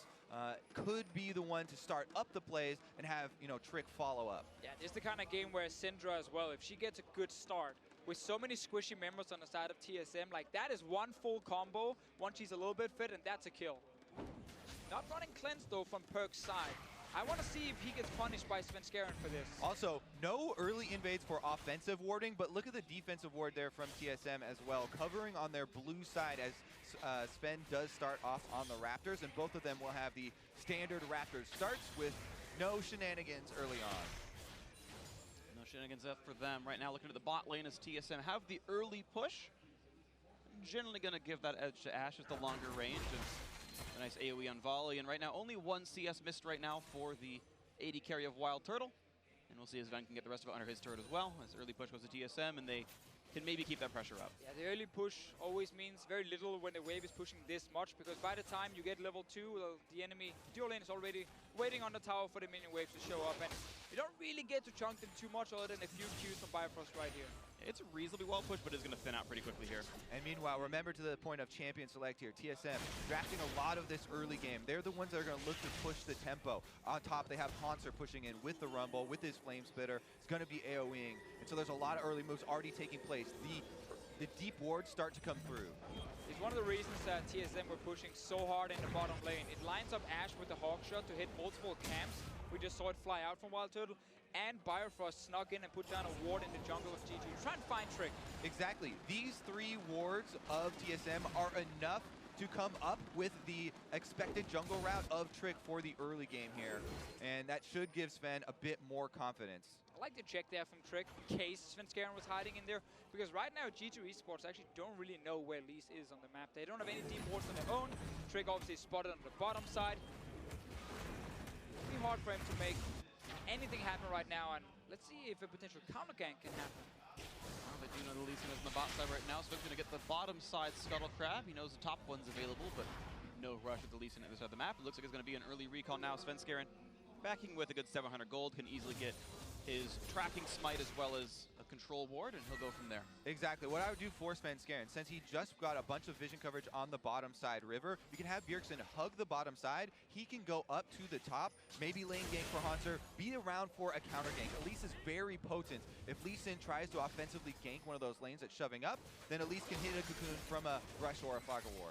Obviously, perfect world for Trick here. The junglers don't gank anything before level 6. Elise obviously is the champion that tends to be forced into the snowball. And look at lane. Trick as well is hovering behind the mid lane for Perks here. They're expecting a bit more aggression, you know, around Bjergsen. That's why he's waiting here in defense, basically. This mid lane matchup is actually very interesting. Syndra will have control of the lane. Jace doesn't really destroy anyone in the laning phase, but once Jace hits like 6-7, he gets a bit of AD under his belt. If you land 1 or 2 big long-range hits with the Shock Blast, then suddenly you actually start forcing Syndra to play very defensive, but it is mainly built around pressure from Elise. I wonder if Sven lost a little bit of track of Trick right there, because the Gromp is up and uncontestable, and he didn't go for the steal. I don't know if they weren't aware that Gromp wasn't taken, but it is a camp he could have gotten away. Trick, though, going to get it now himself, and Sven is back into his own jungle, so no counter jungling to be had. And some of this could be Sven realizing that he's been punished for so much counter jungling before that he's just playing a more passive game. I think what it is, both junglers right now are heavily favoring the counter gank setups. Neither of them are really feeling confident to go for the first offensive move, it looks like. And to be said, you know, both of these junglers are 2 of the most, you know, scrutinized junglers of the entire, you know, tournament that we have here. So that actually does have an effect on player mentality and you know, the play style that does come through. Oh, Trick spotted going through the Scuttle Crab. Perks here to babysit him as well. Of course, Bjergsen called that Perks went to the top side, and it's going to be junglers on the other sides of the map from one another. Looks like some good landing out of G2's bot lane, though. They've gotten the push back for themselves. First recall has come through with double longswords, and it was temporarily a minion farm lead, though Turtle back in lane is equalizing that. This is a really nice recall for Lucian. Double longsword and a dagger to just a recurve bow on the side of Ashe here. So the volley, obviously for Wild Turtle, will do a little bit less damage, but his auto attacks, because of the extra bonus damage on recurve bow, is still pretty good if he gets the Q proc. Yeah, for what it's worth, those are the same gold worth of items. They're both 1,000 gold what they built. Just Zen wants the raw AD because obviously how Lucian works. But I agree that as far as that's concerned, it is a better power spike. Double longsword feels good on Lucian.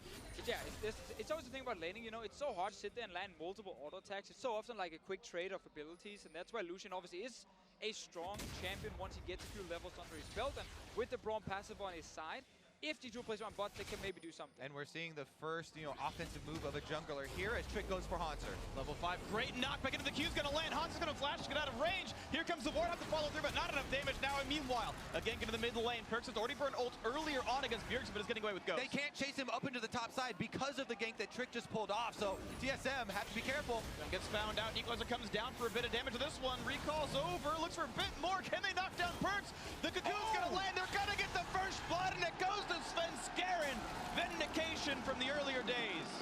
Haunter with the level 6, walked down and joined with his ulti. Expect already left. Expect had full health after that gank on the top side. I'm very curious to look at the replay and see his route. He did not join the rest of his team to try and get them out. Yeah, I think G2 Esports just did not expect Haunter to actually still be around with ulti. They thought it was just a 2-for-2. That's why they went for the fight against no flash Elise, no flash on Jace.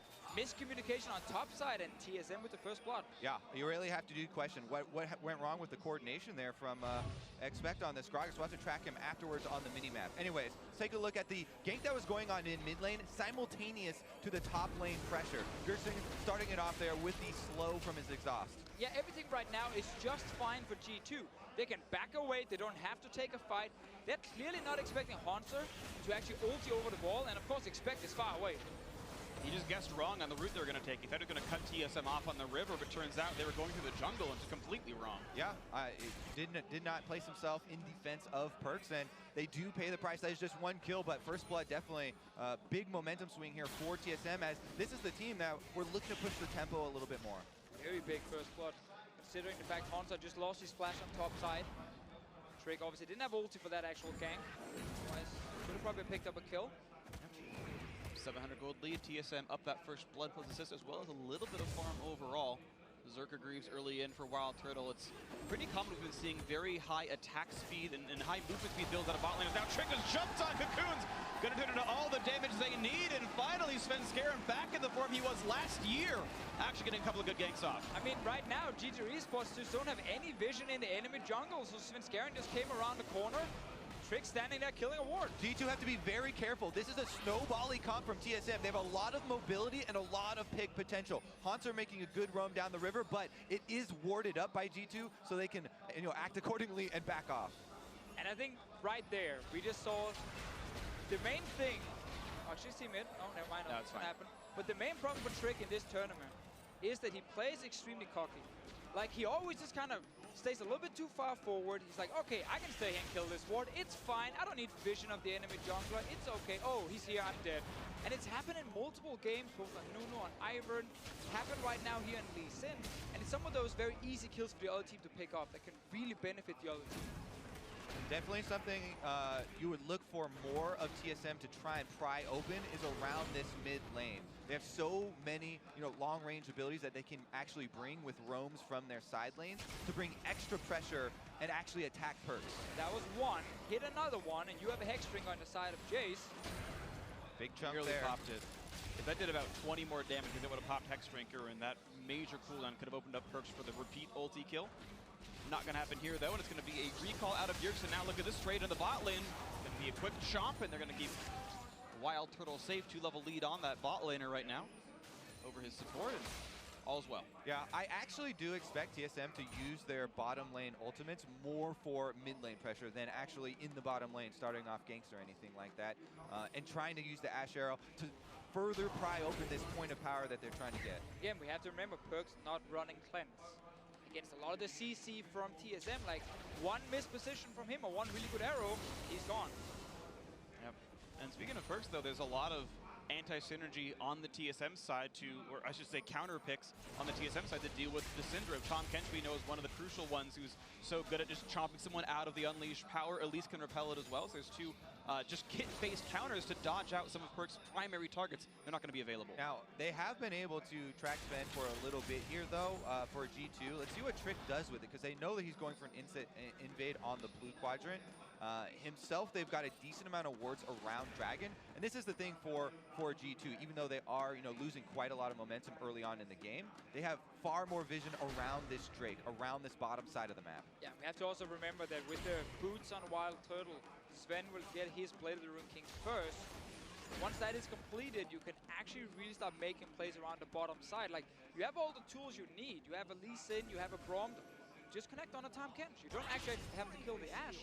And with that damage power spike, it should be enough for G2 to actually try and snowball one of these sides, because they know Gragas will get pushed in the top lane. They know Syndra and Jace will just kind of push each other or farm versus each other in the mid lane. Bot lane is where I'm looking for that next play. We'll see the bot lane play happens. G2 have been winning through Sven when they have taken these games over, and certainly 1,200 gold is far from insurmountable. G2's wins have largely been comebacks this tournament so far anyway. We'll see if they can make that happen. Look at this, Biofrost and Sven maybe looking for a play on the bot side, maybe walking into Trick here, or vice versa. Gonna check into the bait, but here's all the stuns! And playing with respect or not, it might be too little too late. Ward hops away with the kick away. And he does barely survive with his life, but that is Trick losing a lot. Yeah, Trick able to kick Biofrost out there and be able to escape down to Mithy. Very close call, and even though they don't get the kill, your loss of pressure when your jungler is that low is pretty big. Here's thinks he can take a good trade here into Perkz. Perkz blowing the Ghost because he was afraid of dying actually in the all-in. Actually takes a shot glass too.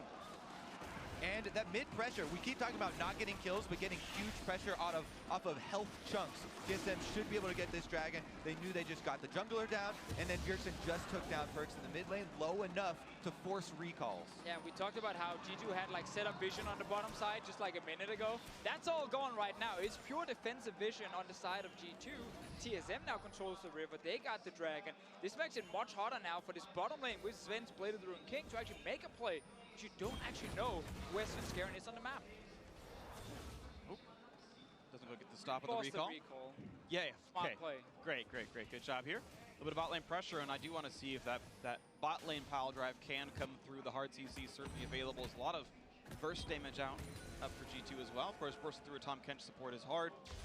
So far, no offensive moves yet for G2. With so much focus, on the first time completions here for the bottom lane, and Sven on this Lucian being able to get his Blade of the Rune King, Hauntzer, large CS lead over expect has resulted in an early Liandry's completion. And this Rumble ultimate could be very impactful, as both of the top laners do have teleports available.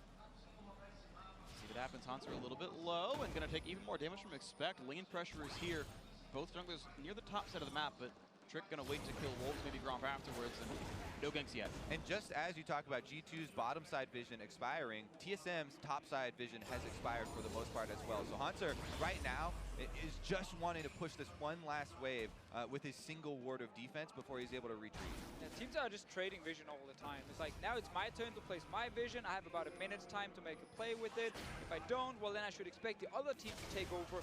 That's what you see in the bottom side now, where it's back in G2's favor. They've been pushing the bottom lane. This bot lane tower now is down about 50% HP.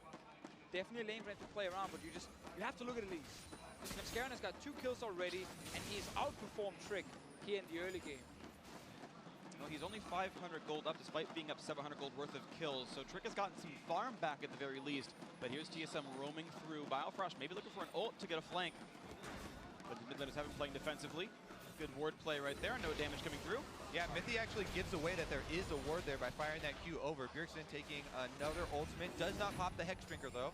Yeah, still not doing enough damage for that. Bjergsen has been tanky enough to withstand the early brunt of the damage.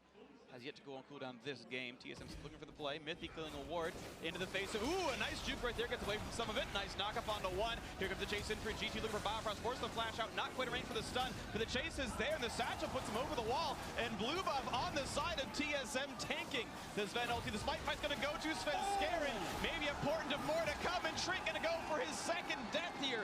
3-0, the kill going through to Biofrost. Also, every time, even look at the minimap, Hanzo was roaming down as well to get in range for his Rumble ultimate. These are dangerous moves, you know, for G2 to make, and they do get punished. Yeah, G2 has that easy play of, let's just push bot lane and take that tower. But they opt into another fight right here, and they chase. They got a flash from Biofrost, who just said, that's fine.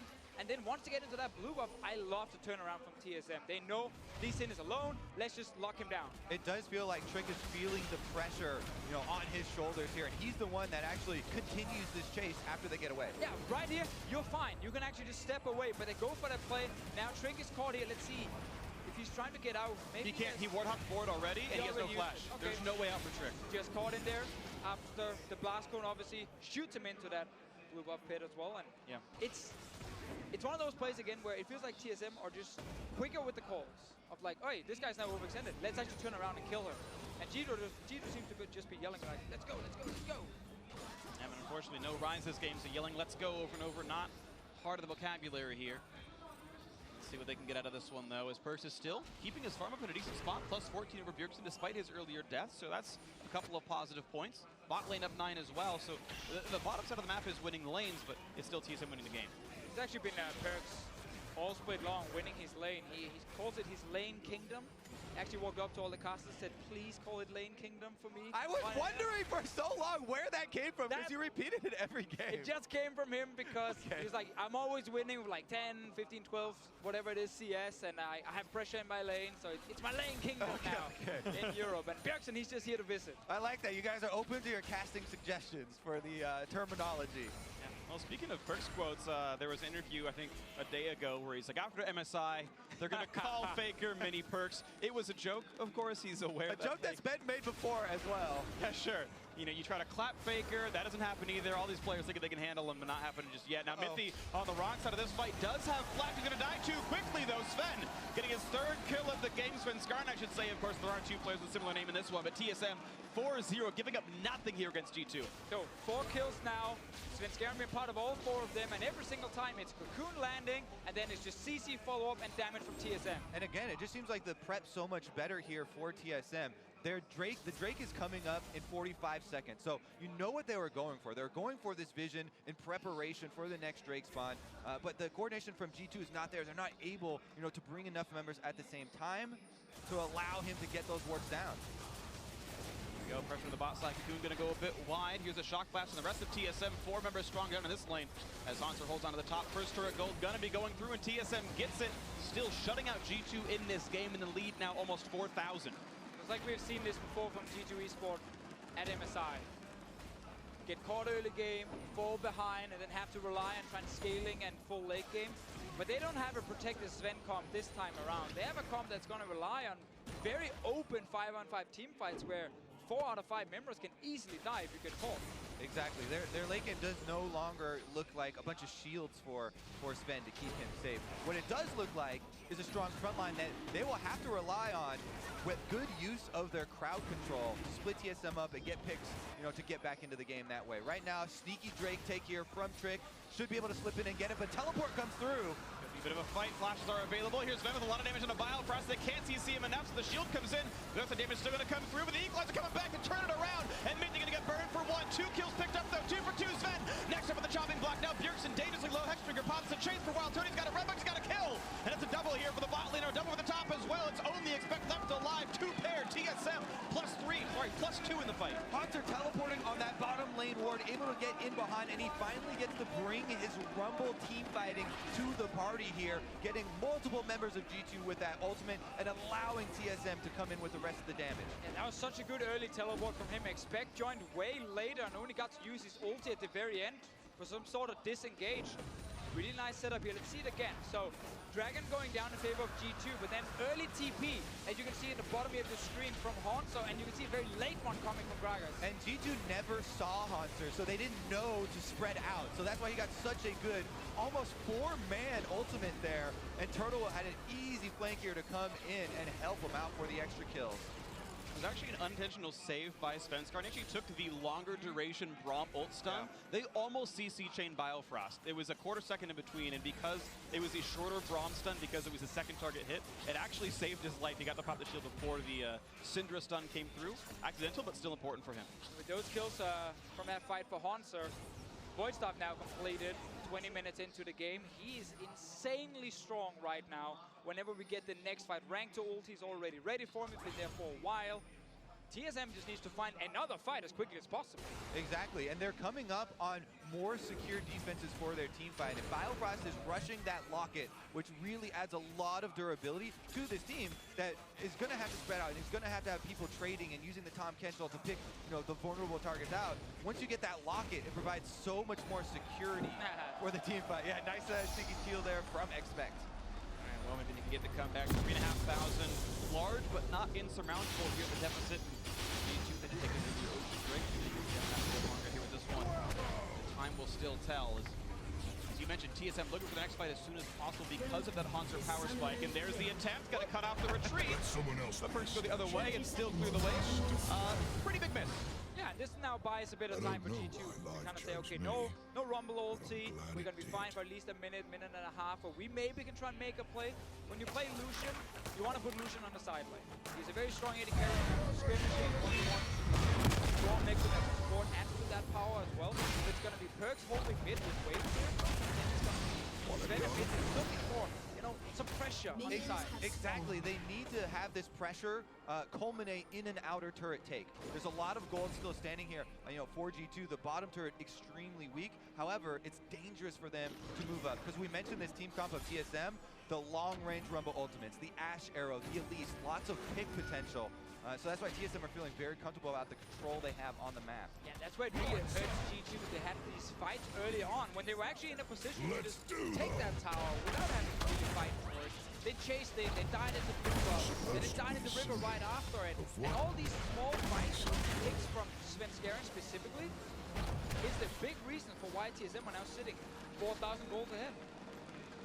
And they took a ton of gamble, really, giving Svenskar an early game jungler. Someone who has had twice as many deaths 315 as any other jungler in this tournament. He had been over-aggressive in invading. They say, it's okay, we trust you, pick another early game champion. This time, the fights have worked. Maybe he's been less aggressive, but the fights have paid off. And it was very clear the alteration in playstyle for him.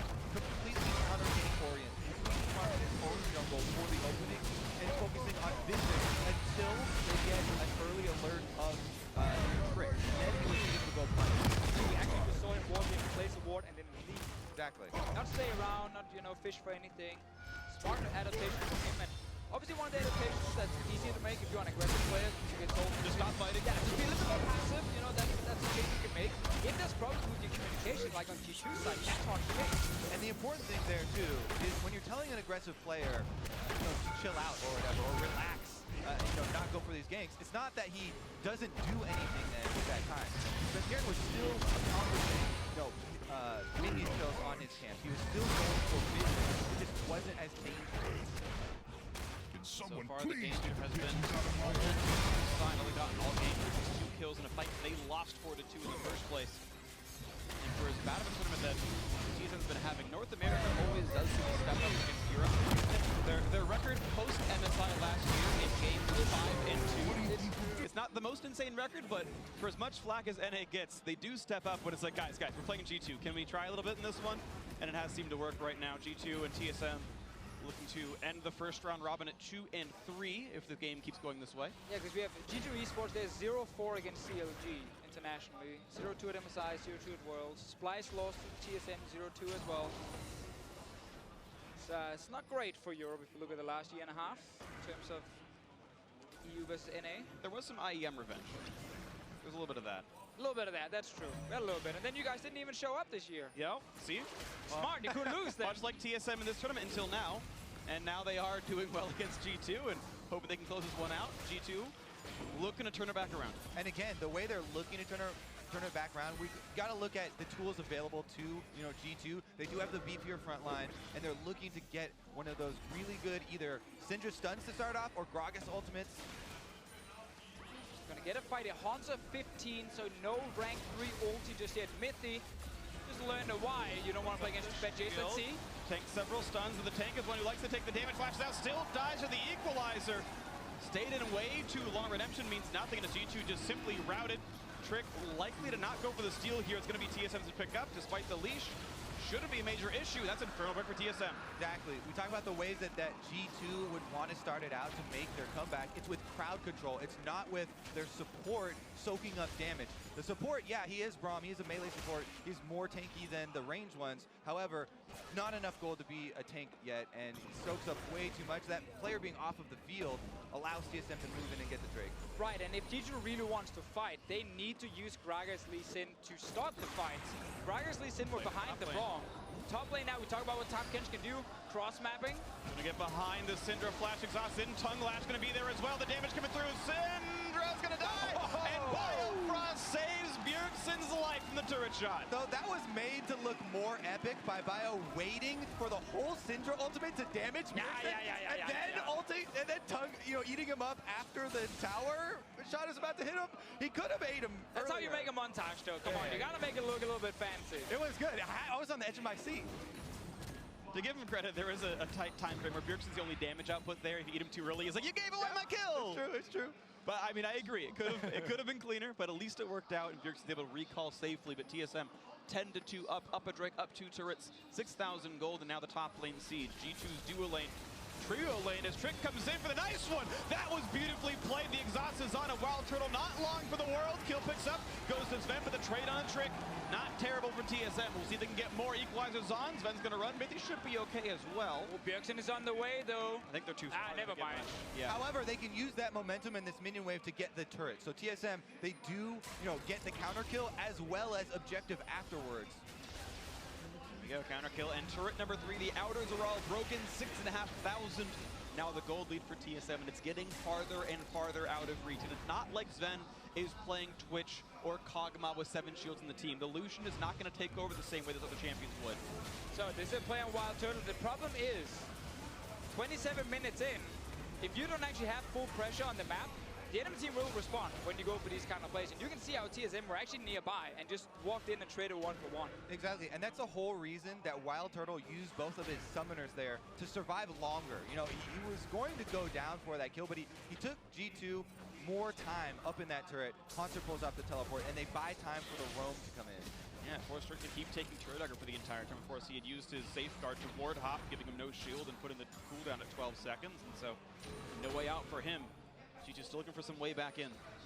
And we have to honestly go all the way back to the pick and ban phase and the Ivern ban from G2 into first pick Lee Sin. You could have banned the Lee Sin yourself, so you removed it from Svenskeren. If you weren't too comfortable playing it, Trick is 0-4 in this game, has been caught multiple times, and we've only seen one play. That was the one we just saw top. Yeah. There definitely has been a lot of focus on the junglers, especially in that draft phase, and actually TSM, I believe, have 100% Ivern bans against them thus far in the tournament, as that has been one of the other champions that Svenskeren also has had success on. Trick and Svenskeren, both big players of that champion. Interesting to note, I kind of want to pose this thought, is Svenskeren having a good game because Trick is screwing up severely, or is Sven finding another champion he can actually play and do well on? Well, there are multiple steps to it, right? We've gone over the attempts to sort of curb the invades early for Sven and focus more on counter ganks than counter jungling and the more vision-oriented approach. And so that he just was able to set up that vision line and wait for Trick to come in. Yeah, I think Svenskeren here has mechanically executed everything that was thrown at him. So whenever Trick was actually out of position or over chasing, the skill shot would land from Svenskeren. That would set up the kill. Like, there's so many of these small fights you see where someone gets out anyway, and it's like, oh, okay, something missed, the skill shot missed here or there, and that's why the guys survived. But every single time I feel like anyone is overextended on G2, they've been caught by CC, often by Cocoons, and then they've died straight away. So I think mechanically Svenskeren has played really well. As well as, the other aspect that we always mention is jungling works well off of pushing lanes and gives you more vision and more, area to work with. So TSM as a team, good change in focus there. Absolutely the case. So TSM looking pretty good. Rapid fire cannon done for Sven. So 3-item Lucian here for G2. Still, it's a lot to cut through. Thankfully for him, there's only one semi-tank, and it's Biofrost who's gotten more MR than armor here in the build, so maybe Sven can turn this on, but Perkz, unfortunately, 1-3-1. No third major item just yet. Needs that Death Cap or Ludens first. Now with no flash on Wild Turtle, Lee Sin Gragas with flashes on the side of G2. If there was ever a chance for them to actually start a fight with these two guys and get the enemy carry, it's right now near this Baron here. And if they were to go for that, G2 would need to bring all members at the start of the fight. They can't wait for Expect to channel his teleport to come in. G2 cannot afford to have a reactive team fight at the moment.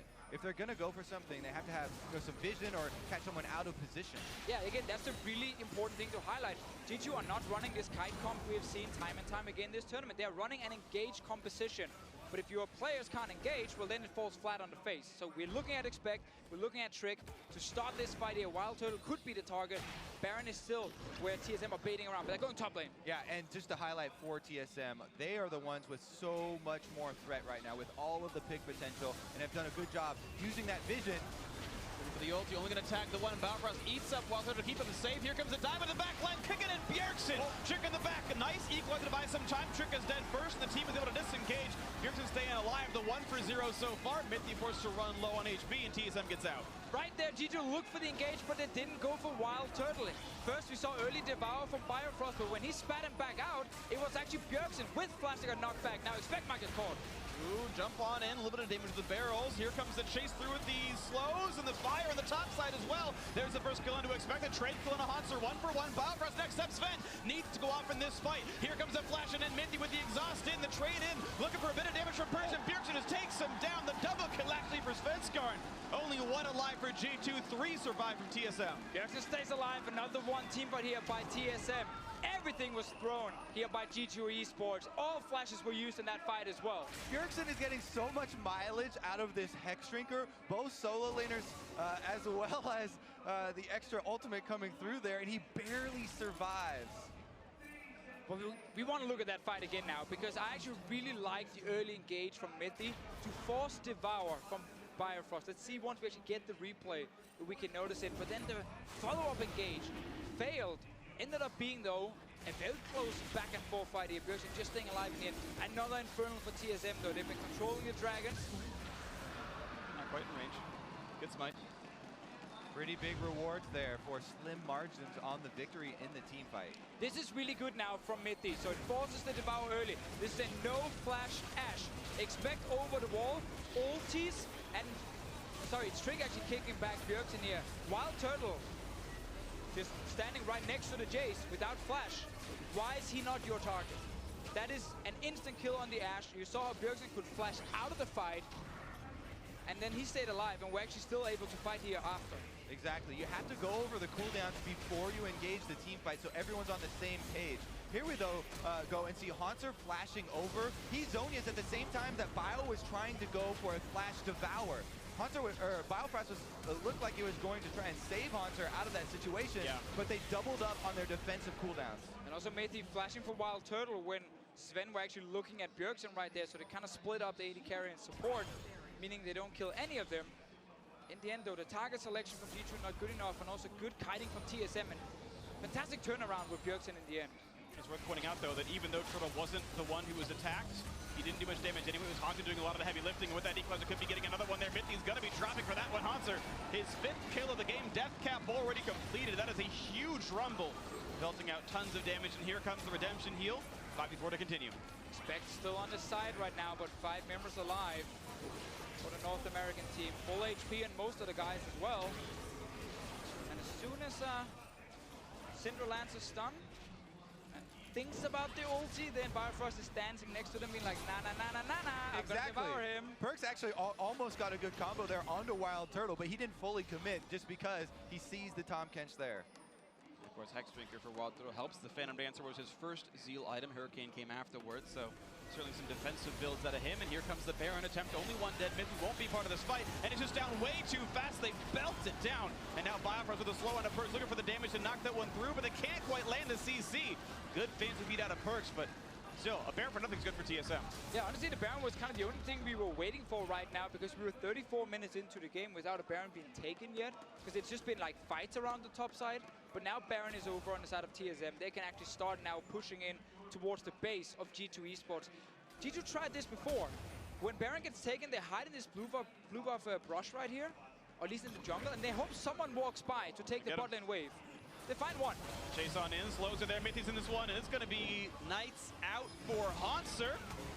A lot of CC Burma, they get the kill now. Is there going to be much of a re-engage? 5v4 in this one, but the health bars are low. Trick almost dead. Expect chunked out, and TSM still in the chase, but not going too greedy for the kills. They realize they could lose the game if they go a little bit too hard, and they won't go for it. You can see they were making the call to go push the minion wave here. It looks like they're going to get this top turret. It's very low, so they should have plenty of time to finish up and at least get some gold, out of their Baron buff. Really good, pick off there from G2, though, to kind of curb a lot of the pressure that TSM wanted to output with this Baron buff. One highlight of the game for G2 Esports was the Fnatic Death Brush they just managed to set up and get a kill. Everything else has been in favor of TSM all game long, 35 minutes in. 70% of G2's kills courtesy of Fnatic and their pedigree in the European LCS. It's a tough road ahead, though. G2 still have yet to find anything that's been net positive for them. Meanwhile, TSM, let's revisit the criticisms that we have had of this team, especially at this tournament. Number one was especially the jungle problems. We've been over that. But number two was the game plan in the mid game. After you get past the early jungle routes, TSM, they have been very, very focused with this lead and have been able to push it quickly. TSM hoping to push this lead a bit further. 40 minutes, maybe around the time they try to end this game. 3.5 till that mark comes in. Baron buff lasting for 1.5, of course, right now. And we'll see Turtle right now manicuring the bot lane wave. Not pushing too fast. He's waiting for the team to show up. Once they've all arrived, then the wave goes down. Doesn't want to waste the minion wave without teammates around. And as the minions and the wards fall, the turret's under fire, and that's going to be dropped as well. G2 know better than to fight for that. It would have died regardless. G2 hopes that the Baron buff can time out in this next minute without losing much more. TSM hope to crack an inhibitor turret before that does happen. Looking just at items and comparing them against each other, we always have to do that in the late game. Hauntzer right now with a 3k gold advantage over Expect. You can see that in the items as well. 4 fully completed. This tower is melting. So is Wild Turtle though. Yeah, he's a bit low, but Redemption's going to keep him okay, and there's still the threat of Devour to keep him all right. And now TSM taking maybe a bit more damage than they wanted to. That siege might just be stymied here. 40 seconds still on Baron buff. We'll see what else they can get. Yeah, they're giving Wild Turtle the entire minion wave there to try and lifesteal off of, so he is going to be able to replenish his health pool, and TSM should be able to keep up pressure with this Baron buff. It's one of the best things, especially don't have the mid laner come in and clear out all the minions. Your AD carry back to full health. Nice to have right there. Nice little stun. Good damage on Expect down to one quarter of his health lost. That's going to be the last wave. TSM are going to lose Baron buff. If you play for Elder in 30 seconds, they've got plenty of control to do so. Yeah, that's again one of the very good things for TSM. They're not really in a hurry, just because of 3 dragons on their side, 2 being Infernal, just adding extra scaling. If you then pick up an Elder Drake, because you have the vision control, you have the setup around it, you force G2 to run in and kind of face check. And we already talked about how G2 Esports comp needs to engage in order to properly win fights. But you can't engage if you can't actually see the enemy in front of you. How are you going to flank on Lee Sin or Gragas if you are coming late to the party? And how are you going to get that vision when you're 10,000 gold down? 2 Infernal Drakes and an Earth Drake for TSM. Pretty much the best ones to roll here, and it's going to be an Elder on top of it. So pretend it's 3 Infernal Drakes and 1.5 Mountain Drakes. It's going to be a lot of damage, not only in the team fight, but to the opposing structures as well. TSM with an uncontestable Elder Dragon are set up with all the tools they could need to close this one out, end the first round robin 2 and 3, hope for redemption in the back half of the group stage, and more importantly, get a win over Europe. That, of course, is very important. But obviously the 2 and 3 tying G2 Esports right there. So you have like Gigabyte Marines, Flash Rolls, TSM, and of course G2 kind of fighting for those 2 spots in the top 4 as well, where WE and SKT is sitting as well. Well, I also want to kind of to make less of a joke about beating Europe, though, is the head-to-head will that part is matter. important, though. These are the 2 teams that are looking to be 4 and 5 in the group stage. Now, many things can happen still, but coming in, this was the 4 and 5 team. Yeah, I was going to say, jumping in, this is why there was so much, inaction here when people are trying to rank the teams coming into MSI. I was like, yes, it is SKT at the top. Below that, you know, the variation is very big game to game from all of these teams. So every single win you get against one of those, you know, sort of middle four, really means a lot for your standings and moving towards. Uh-oh, there we go. There's the repel. That was crucial for Svenskeren. Stays alive. Gets a quick devour from Biofrost as well. Still plenty of time though on the Elder Dragon. We'll see if they can make more of this happen. Big split push coming through as Bjergsen went to the mid lane. That turret clearly close to dead, but they'll have to wait for one more wave. Should just be a matter of time before any of these towers break here, but TSM are respecting the fact that Svenskeren is low and there is hard engage on the side of G2. Yeah. G2 is just hiding it very well, saving it for that one fight later. It is interesting, actually. I always like talking about the different elemental drakes because if this were magically a bunch of ocean drakes instead, TSM maybe gets to keep sieging because of the regen, and he's healthy enough that they think it's maybe going to be a possibility. Of course, the Infernals help them win team fights, and the Mountain had helped them take down the Baron and whatnot. Different strokes for the different drakes, but in this case, TSM without the regen that G2 had gotten with the ocean drake that they had managed to sneak, that means that siege has to stop. Pretty important that both the mid and bottom turrets are heavily weakened here already by TSM. So G2 do not have a lot of time to continue to defend these two. TSM prepping the minion waves and moving in to try and take down that final blow to actually open up the base. They just have to worry about these hard CC chains from G2. As long as they can play around that, devour or repel the follow-up damage, TSM should be okay, but it certainly has stalled a little bit. 11,000 gold lead. It's still not yet max items in everyone, so while Hauntzer, Bjergsen, and to a certain degree Svenskeren are kind of done scaling, there's still a lot of room to grow for G2. TSM are clearly waiting for the Baron to deliver that final blow to the inhibitor turrets. Win-win situation here. They have plenty of wards to go for a pick with all the true vision. Looking like they do want to fight this. Arrow's going to land on a mid. These stuns not going to land from Perkz. Ku's not going to hit anything either. And it's going to be a disengage. Baron will regen. Yeah, right now, none of the minion waves are actually pushing in favor of TSM, at least what G2 needs to respect it, so they can actually keep hovering around here. TSM is tanking the Baron. Yeah, Turtles at half. They use the redemption on both sides. Trick's still around the wall, and that controller is not dying, so TSM is taking damage from the Baron right now. Shockblast gets Perkz to 1/4 HP. Expected Mithy in the front, but the shield is down now. But they find a re-engage. Now the vision is gone. TSM going to re-engage with this one. Here comes the culling.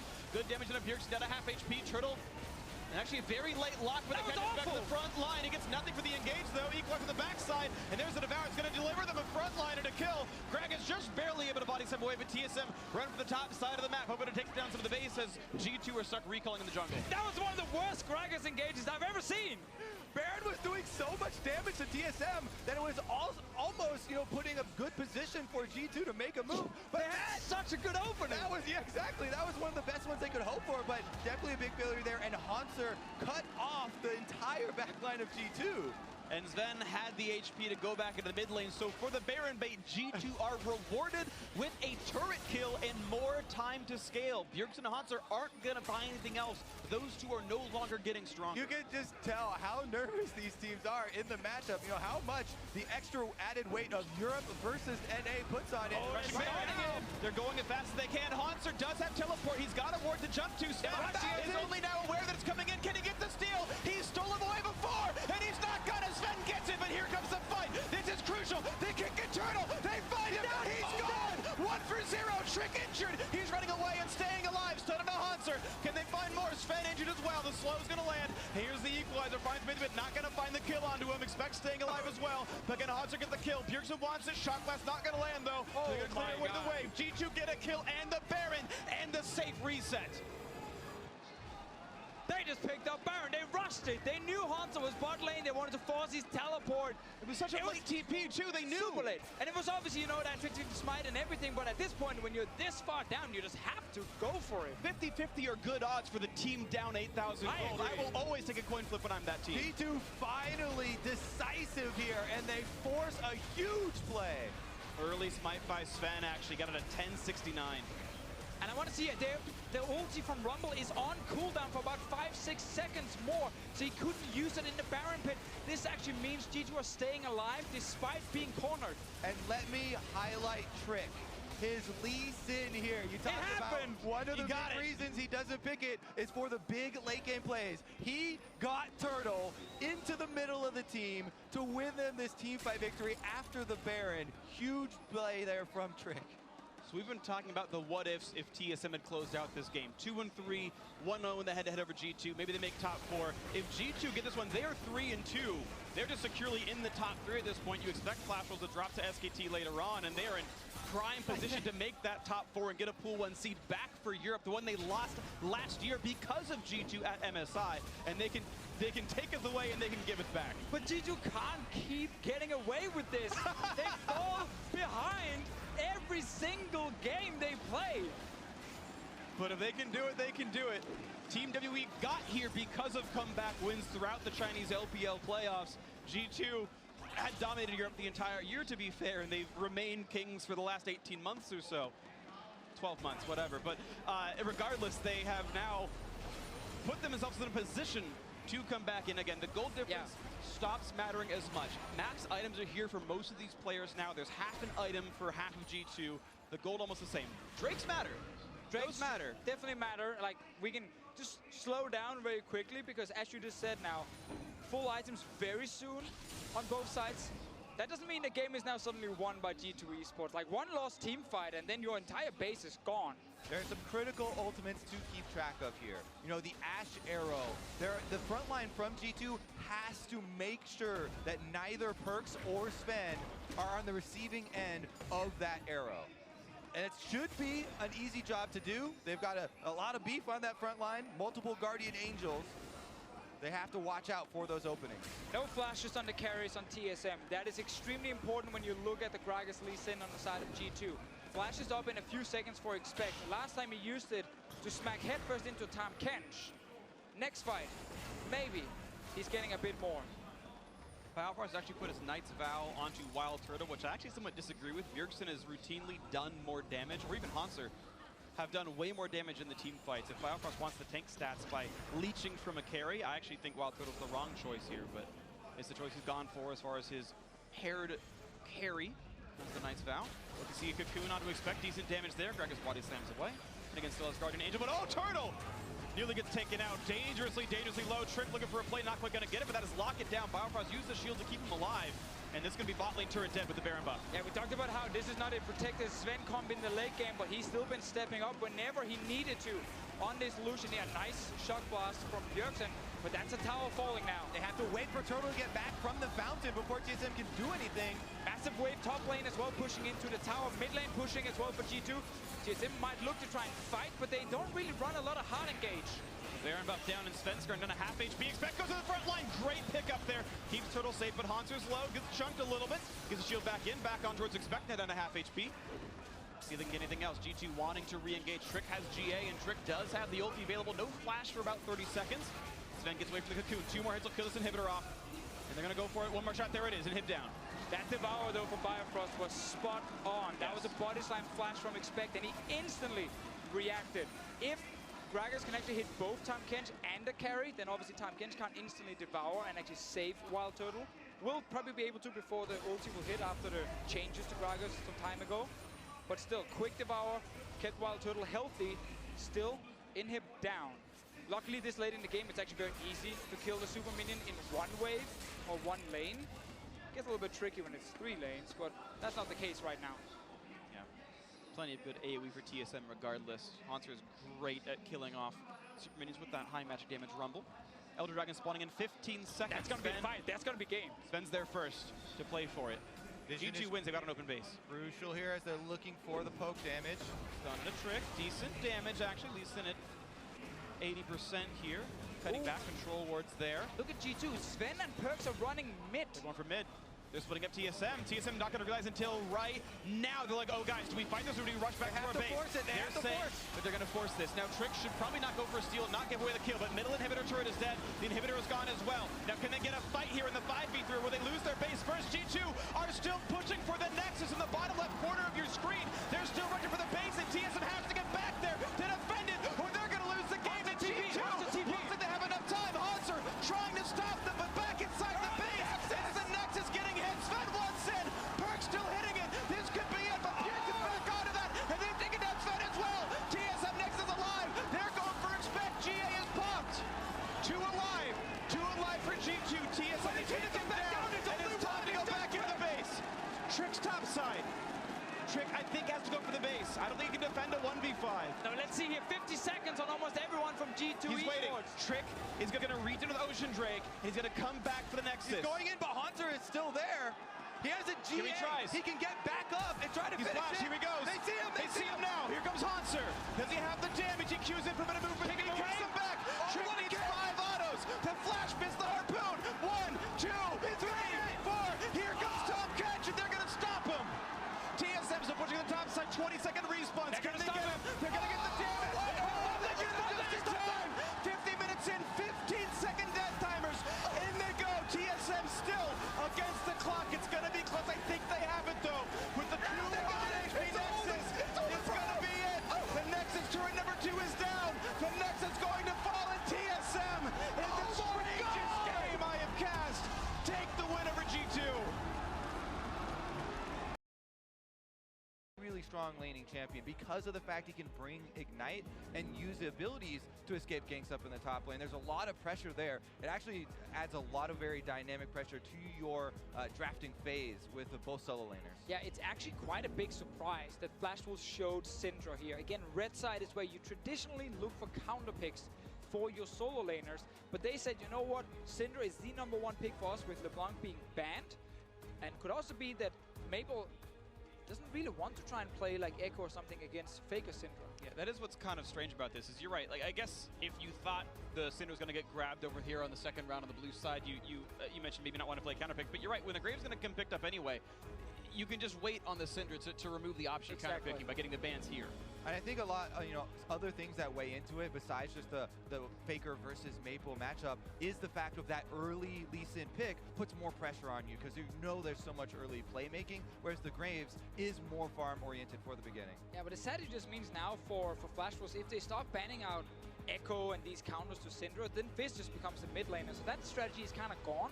You don't actually get that favorable of a matchup now for Maple that you otherwise could have maybe gotten on red side, because we know Faker likes to blind pick Orianna. And I think that would have been okay for Flash Wolves to play against, because they can then try and then roam away from the Orianna lane and create some of these picks in the side lanes they've done in the past against SKT. Or look for that Hall of Fame solo kills on Faker in the Syndra versus Orianna matchup. That's fine too. Trying to get your name up there in lights. There you go, the Gragas ban. So yeah, several tank bans coming through, and again, we know that Fizz can just simply go into the top lane and he'll just pick Echo anyway, and we'll just have 2 assassins and still have a good matchup for himself. So lots of tools to play with right now for SKT. But still, top lane bans coming through right now. Yeah, they're trying to hurt MMD again. We know Fizz can go top lane for Huni if needed. Kled is another pick that MMD has played quite a bit, and Flash Wolves do have the last pick in this draft here, so they could take it as a last pick. It has been banned away a few times against them again. I think just more out of respect and maybe fear against MMD. I don't think they need to ban another tank, at least at this point. Or if they want to, it should be Nautilus. Maybe Kled, if anything, for something he's a bit comfortable on. It looks like a first pick Ashe will be coming through for Flash Wolves, though, based on the Varus ban. You pick number 2 in that generalist role for the bot lane, and the final ban is going to be Kled right there. So is it going to be another 4-letter word with Ashe getting grabbed? Good prediction, Freak. Thanks, buddy. It's not hard. Just saying. Jhin. Oh no! I think they missed the joke there. I did. I actually didn't. I didn't look over. Honestly, though, we were looking at the setup here with the Varus ban from Flash Wolves for this pick for Betty. We mentioned it a couple times, though. The champion pool for Betty has been just mainly the utility AD carries. It has been the Ashe, it has been the Varus, it has been the Jhin. It has not revolved around end game scaling AD carries like this. So this is a very interesting look to see from Flash Wolves here. There's only been a spot couple of games in their home league where Betty was actually on the end game carry. Betty's played 40 games of Ashe Varus Jhin. That's what I'm talking about. And 8 of not. None of those have been Twitch right now. There is a significant difference in play style here for the player. He's got a Tahm Kench support. He's up against a Kog'Maw. Now maybe even Renekton to dive on him. Keep in mind the mid-Fizz scary as well. And suddenly, a lot of weight is on Betty's shoulders. Yeah. Betty's Twitch pick here, and the very weak 2v2 lane bot for Flash Wolves just opened up. Some late game picks from Bang as well, and Fiora, that is a blind pick right now up in the top lane. You could potentially take Renekton on the side of MMD against it and try and really bully that lane. I actually really enjoy this. SKT have 2 super strong, assassin solo laners here, basically. And then the Kog'Maw doesn't even have a bunch of extra shields. They want to work off of the pressure. Kog'Maw actually does spike pretty early, just on an item or two. It's not really the old Kog'Maw that people think about. You have to farm. There is also the pushing in the bottom lane right now, right in the middle. So there's not a lot of extra support for him. Now, flash trade from Karsa and Huni right now. TP used by Huni very early though to get back to the lane, and that can be very important for MMD. You can still see, delayed invades to look for a lower level jungler on the other side, because even though Karsa is able to get to his blue side, he hasn't spent the time clearing. So Peanut is able to get the Scuttle Crab, but he gets revealed by the Scryer. I like that move here from Karsa, just knowing there is a chance this guy might actually gank me. Another option is he goes down and places a ward in the entrance to spot the Lee Sin. Exactly. It's basically mirroring the old play that we used to see, where you would use your early smite on the wolves to get the wolf spirit. That no longer in the game. Now Scrying Orb is basically taking its place, and Karsa able to adapt. We're seeing actually a pretty substantial lane lead right now for Maple. It's going to be +7 before the lane even resets itself. He's got an extra minion there to kill. Revealed by the fact that Lee Sin, actually Fiora's top side, and Maple should have to hug the bottom side for that. This is very standard in the Fizz Syndra matchup. The Fizz will have to surrender some CS early on. Like level 6 is really the big point for Faker. Normally what you say is that once you have ulti on Fizz, if you manage to land the ulti, well, you should expect to get a kill. Because then your jungler shows up and the guy's knocked up and that's a kill. Exactly, and a lot of the extra CS that you'll see, variation in the matchup is if the Fizz has his jungle visit early. If you have, more threats for kill pressure, that's where he's able to kind of get extra CS off based on that. Again, important also, as we highlighted before, Huni had to use early TP back to lane. So it means now MMD can push lane all the way out, and if he wants to keep the pressure, he can TP back to lane and get a bit of an advantage there.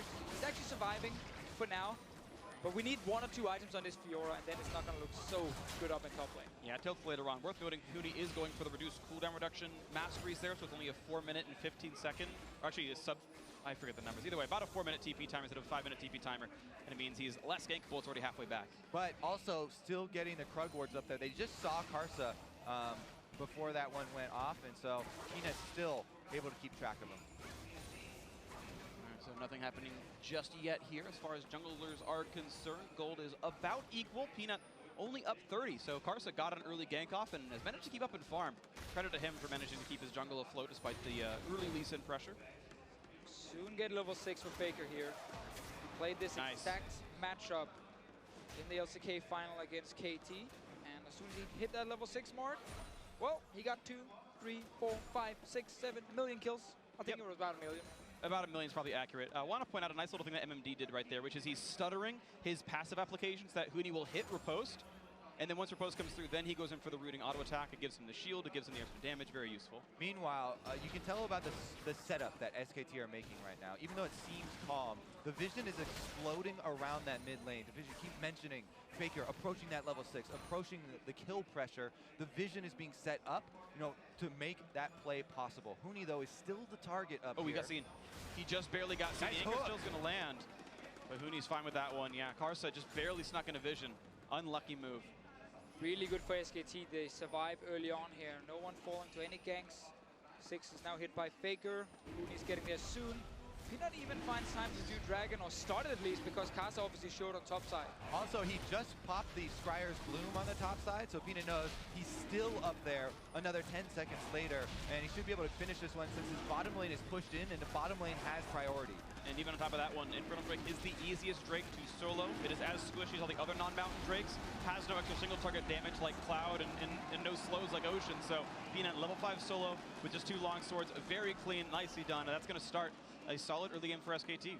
And now once we get, further into this laning phase, we have to remember double teleport on the side of SKT. That's going to be dangerous. It is going to be dangerous. Bottom lane will be one area that has to worry about that. And bottom lane already going very heavily in favor of Bang and Wolf, who definitely are higher rated just as a duo, but also in this matchup. And as we talked about in Champs League, Flash was needing kind of to get ahead early on, because you have a 1-3-1 comp by SKT with double teleport. So it's extremely difficult for these like team fighting comps to stop that if you fall behind, because 2 lanes are getting pushed in, you can't stop the split pushes, you try and force a fight in the mid lane and they TP in on you. And they're already looking to get out of that bottom lane, rotate up top here with the duo, and try and pry open some space here around Huni. They are lane swapping without having a push in the bottom lane or top lane. So it's not a like fast-paced lane swap where you rush down the enemy tower, because you can see now Twitch needs to actually take the wave from his own tower and push it forward. This will give SKT plenty of time to react and actually get to their bottom tower tier 1 first. They can even TP Huni down to this bottom lane and dive MMD or just take the tower. Exactly. The only thing is that Peanut will not be able to traverse that terrain, but Karsa has a red buff on Graves, which is tremendous turret killing power. And looks like the damage going a little bit faster from the Flash Wolves side. It's a close one to be sure, checking out everywhere, and it seems like Flash Wolves is a little bit faster on the play. And because they brought the Graves in, because they orchestrated the entire situation, first turret gold goes to Flash Wolves, 350 bonus gold because of that. I'm actually sad Huni didn't just TP to the bottom lane. They could have taken that tower, given the full amount of gold to Huni, and then have him just sit bot lane and swap Bang and Wolf to the top side, because there is no Drake anyway. But Huni kept his teleport. He's now sitting top lane, looking at Flash Wolves push in this wave, and not really doing anything. Move is now rotation towards mid lane for SKT, while Huni, as you said, is trying to pick up CS here at the turret. It's a little bit dangerous, but most of the focus from Flash Wolves should be on getting that turret down, getting that gold. They can get for themselves turret down below half HP, and it's still just Huni alone. A new wave for SKT, not going to get as much damage as the other teammates did, and Wolf chunked up inside a turret, but the kickback is there. Looking for the plays to be had. Nice knockups for MMD, but still taking down her first one. Cannot defend that. You don't go for a kill in the 1v3. You go like Huni's trying to do and just go for the minions. Oof. Faker here using ulti as wave clear, just putting it there on the minion wave, so it dies. They now get the tower in the bottom lane. MMD, he just messed that up completely. Exactly. Complete opposite focus. You could see, as you mentioned, Faker and Huni are all about the minions, doing everything they can to clear out the minions. And even though MMD sees the perfect line onto Wolf, it's a 1 versus 3. What do you do after step number 1 of landing your hook? Do you always need a step number 2? Sometimes yes. Having step number 1 is If really you don't nice. have a step number 2, you are dead. Yeah. Severe mistake. Well, you need to tell him that. I like step number 1. Even another minor point is the Nautilus ulti will do full CC and damage on the targets it passes through. He didn't even target the Kog'Maw who was in range. He could have actually stunned up Bang, and maybe that one less auto attack is the reason he lives. It's close margins, but either way, bad execution by the Flash Wolves top laner. It gives away the kill and gives away the fact that probably should have been 2 turrets to 2, not 2 turrets to 1 here. Yeah, should not subscribe to the step number 1, question mark, profit like Deficio does. Feels good when you're doing step number 1. It feels good if you get to profit. That's great as well, yeah. You have to all get the way past those profit, question nice. marks, though. Well, the Riddler's in the way. Batman not successful in this game. Right now, it's just about SKT holding their solid 1,600 gold lead now off of some miscues by MMD. And it's funny because Karsa, I believe it was, said, you know, MMD got focused. Don't worry, we fixed the problem. Your opponent's targeting you is not a problem. That's your opponent's exploiting a weaker player. And MMD actually is being a weaker player in this game, unfortunately. Sadly for him, and it's been a story, you know, in the LMS as well. He's not regarded as one of the best top laners in the LMS region. While you can look at like Mabel Karsa, they're obviously looked at as the best jungle, mid duo. Sword Art in the bottom lane has always been, at least in contention for best support, fighting against some of the other big names. But MMD is considered just kind of middle tier, and we've kind of seen that this tournament as well. And the cost, you know, of focusing up on that top side has been that this Fizz has gotten through, you know, unattended to. So Faker, right, well, he doesn't have any wave clear versus 5 people, but... a little bit. I don't know how good Fishes are at clearing wave. They can ride alongside them, kick back on MMD, but Peanut gonna get stunned. He's gonna die for this one. Over-aggressive ulti for MMD, probably gonna save the cooldown, but the kill comes through just the same. I mean, if we're gonna criticize MMD for a 1v3 initiation, Peanut, he tried to do a fake there and ward hop to cancel, you know, the Q initiate, but then he stood around. So, you know, definitely some criticism for him as well. Huni looking to clean up, though. To make the big plays, only gets 2 of the vitals, so has to get pushed right back out. Ulti by Karsa to buy some distance. Alright, so Flash Wolves got a kill, didn't get the mid lane tower, so in the end, actually successful move by Peanut in obviously sacrificing his life for the tower. Faker without ulti top lane though. Let's see, Huni getting some damage here on MMD, does not land the riposte. This is a 4v3, but not a lot of dive potential, so I think Flash Wolves will be able to get out of that, you know, unscathed. But SKT just want the tower now, because they know Betty is sitting bot lane. Let's see the play again. So Faker steps away to get a longer range on the fish to get more AoE from it. Peanut fakes and gets caught, but at this time here, you know, no one's actually hitting the tower. So yes, okay, it sucks you give up a kill, but It did save the turret. yeah, exactly. You did actually defend your objective, and now you're back on the map. Maybe it was the right play after all. Maybe he had a step 2. Defend turret. Yeah. Hey, unlike MMD, the turret did stay alive. It wasn't a juke. He was just trying to, you know, attract He was attention tanking. there and sacrifice his life. He and Wolf both playing frontline shields for the squad, apparently. Quick rip-off going to go over to Karsa, no problem. Bang has been sitting topside. Ruin King done as a power spike. Betty just got his. He's recalled back to base, and he's now done freezing that bottom lane. Look at new lane assignments. Huni sitting in the bot lane. Although with the Drake up, you'd rather have your TP be topside, generally speaking. Of course, Faker does have one, but he's walking up there now. Yeah, and we also talked about you know, the Fizz getting really nice through this laning phase. Faker has his proto belt completed on top of, you know, the extra security of tenacity from his Merc Tread. So he's feeling just fine and ready to split push. We already hit this point we talked about earlier, where if Flash Wolves do not manage to really create any sort of advantage, they need to now defend 3 lanes against double TP and 2 assassins, or 2 split pushers. That is just so hard to do, unless you run a ton of engagement. They have someone MMD, they have someone maybe if they land, maybe a long range stun, but they need the Nautilus to be with the team then, and then therefore you can't sit and defend in a side lane. Flash Wolves are looking at the next 5 to 6 minutes as the opening to try and force fights. If they don't manage to do that, the game's just going to run away from them. And you could see how important the Rift Herald is in this 1-3-1 that SKT are setting up there. They're sacrificing the Mountain Drake to do it. They put all of their vision up on that top red quadrant of Flash Wolves to prep that Rift Herald for Faker in the side lane. It's really funny because we're still playing on 7.8, right? The old Rift Herald where it buffs one person. I have never seen a tournament with so many Rift Herald takes than MSI this year. Coincidentally or not, where on the live servers, everyone's, oh, Rift Herald's easy to take and it's really powerful and it's very obvious. Like, everyone remembered Rift Herald existed, and when you're right, we should take that more often in pro games. I mean, in this game here, it makes perfect sense. Again, Of course it does. You're running split push. You don't really want a team fight if you can avoid it, so that's why they don't want to contest the Dragon. Obviously, when G2 have been trying to take it, it's just actually been pretty bad calls. So, But they were playing some solo queue, and they're like, hey, this one's cool. Yeah, let's get this one. It is interesting.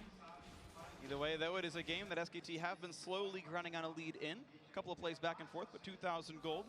An arguably better Elemental Drake, and plus the Rift Herald on Faker, who can continue to split push to success. Top lane out are going to be attacked by a Bang. Should be going down, no problem. Flash Wolves hoping to find something else to do, maybe in bot lane.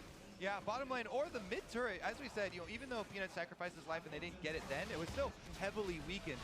So that will be an option for Flash Wolves to attack. You can see in the jungle right now, Karsa's setting up vision for them in the bottom quadrant. It's a good moment now for Flash Wolves, though, to try and make something happen. The problem is just they've been so behind when it comes to pushing out these lanes, because they're respecting Fiora, they're respecting the Fizz, so they're not pushing bottom and top lane first. They're actually waiting for SKT to leave those lanes before Flash Wolves push them out. And that means now they're always like 5-6 seconds behind on a potential play, and that's why they don't get anything. And I think this is a good time to talk about the history of why, you know, Flash Wolves, they talked about being the Korean killers, how they got their victories over SKT in the past. So often it was about Karsa making the early moves and getting early momentum started in the game. This time, since he was so heavily tied up to the top side with MMD and they were unsuccessful at getting much out of Huni beyond his flash, they lost one of their biggest strengths that we've seen in these matchups. I was actually looking at like gank numbers from the junglers. Karsa is the least active jungler when it comes to spending time with his lanes. He only spends time with Mabel. Mabel is fun enough the mid laner who spends the most time with his jungler previously. Obviously come before today started. I don't know after the TSM game. But Karsa's not been going side lanes at all. He's not really ganking for his side lanes. And it just means that he often has like a lot of farm and he is strong individually. But then his bot lane is not really ahead and his top lane is far behind, and then the team overall is behind. To be fair, this game he tried for the top lane and they didn't get much reward. I guess he's not going back there. Like, I tried one game, I'm done. See if anything comes out of it later on. 3,000 gold now, the difference here. Of course, top lane outer following as part of that one.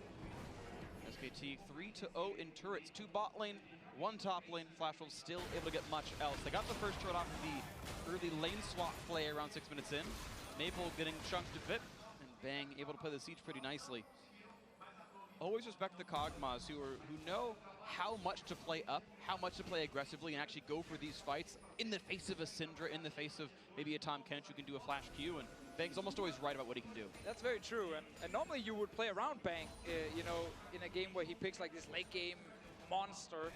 But when you run this split pushing comp, he's actually not important. His job is to sit mid and push away. Like that's literally his job right now. And then he's late game insurance in some way. Because it's like, it's the Fizz and the Fiora who's going to win the game for you by them just winning the 2 side lanes with double TP. And Bang's job is to not get caught. What's interesting is defensively, Cog Braum Lee Sin is not that great at wave clearing and defending turrets. If you do manage to group up and shove your side waves enough that you can go for the 5-man mid, like you're supposed to be able to pull Faker and Huni back down. The wave clear in SKT is incredibly low. It's 4 melee and a Kog'Maw who's like a 4 out of 10 at that. But the lack of like engage options for Flash Wolves outside of basically Nautilus, who's stuck in a side lane, makes it actually very hard for them to force that engage. I kind of feel like I want to see them just commit to mid lane. Like push up that mid and then force at least the mid tower. Yeah, what I feel like is like a Tahm Kench flank, a Nautilus ulti, a flash QE from Syndra. Like there are tools, they just need to use them. That's why we're so worried about the slow pace of this game, as SKT are slowly grinding out further and further pressure here, and they're taking over the map. You can see every single ward is in Flash Wolves territory if it's not in the river here. Like there's an incredible amount of control that SK have accumulated over this lax period from Flash Wolves. Yeah, and normally then when the enemy team is able to win like 1 or 2 lanes, you should be able to win the 3rd lane at least, and that's kind of where you can play around. Right now, all 3 lanes are getting pushed by SKT. So the only opening for Flash Wolves is kind of that all-in engage, and preferably around the mid lane.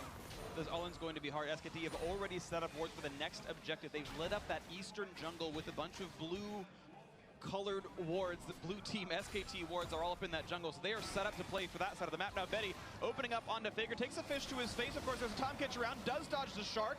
Nicely aimed there by Sword Art. And now it's just a mid lane fire, and you can see that it's both sides. Flash Wolves running away. That was actually a good offensive move from the Flash Wolves. They got the teleport cooldown out of Huni. At least one of those they don't have to worry as much about.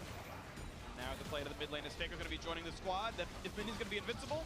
And that is turret number 4. SKT have gotten 4 straight unanswered turret kills. And they should be able to transition very easily into this Drake. As you said, Freak, they already had the ward set up. Now with the turret going down, there's not really an area that Flash Wolves could mount their defense from.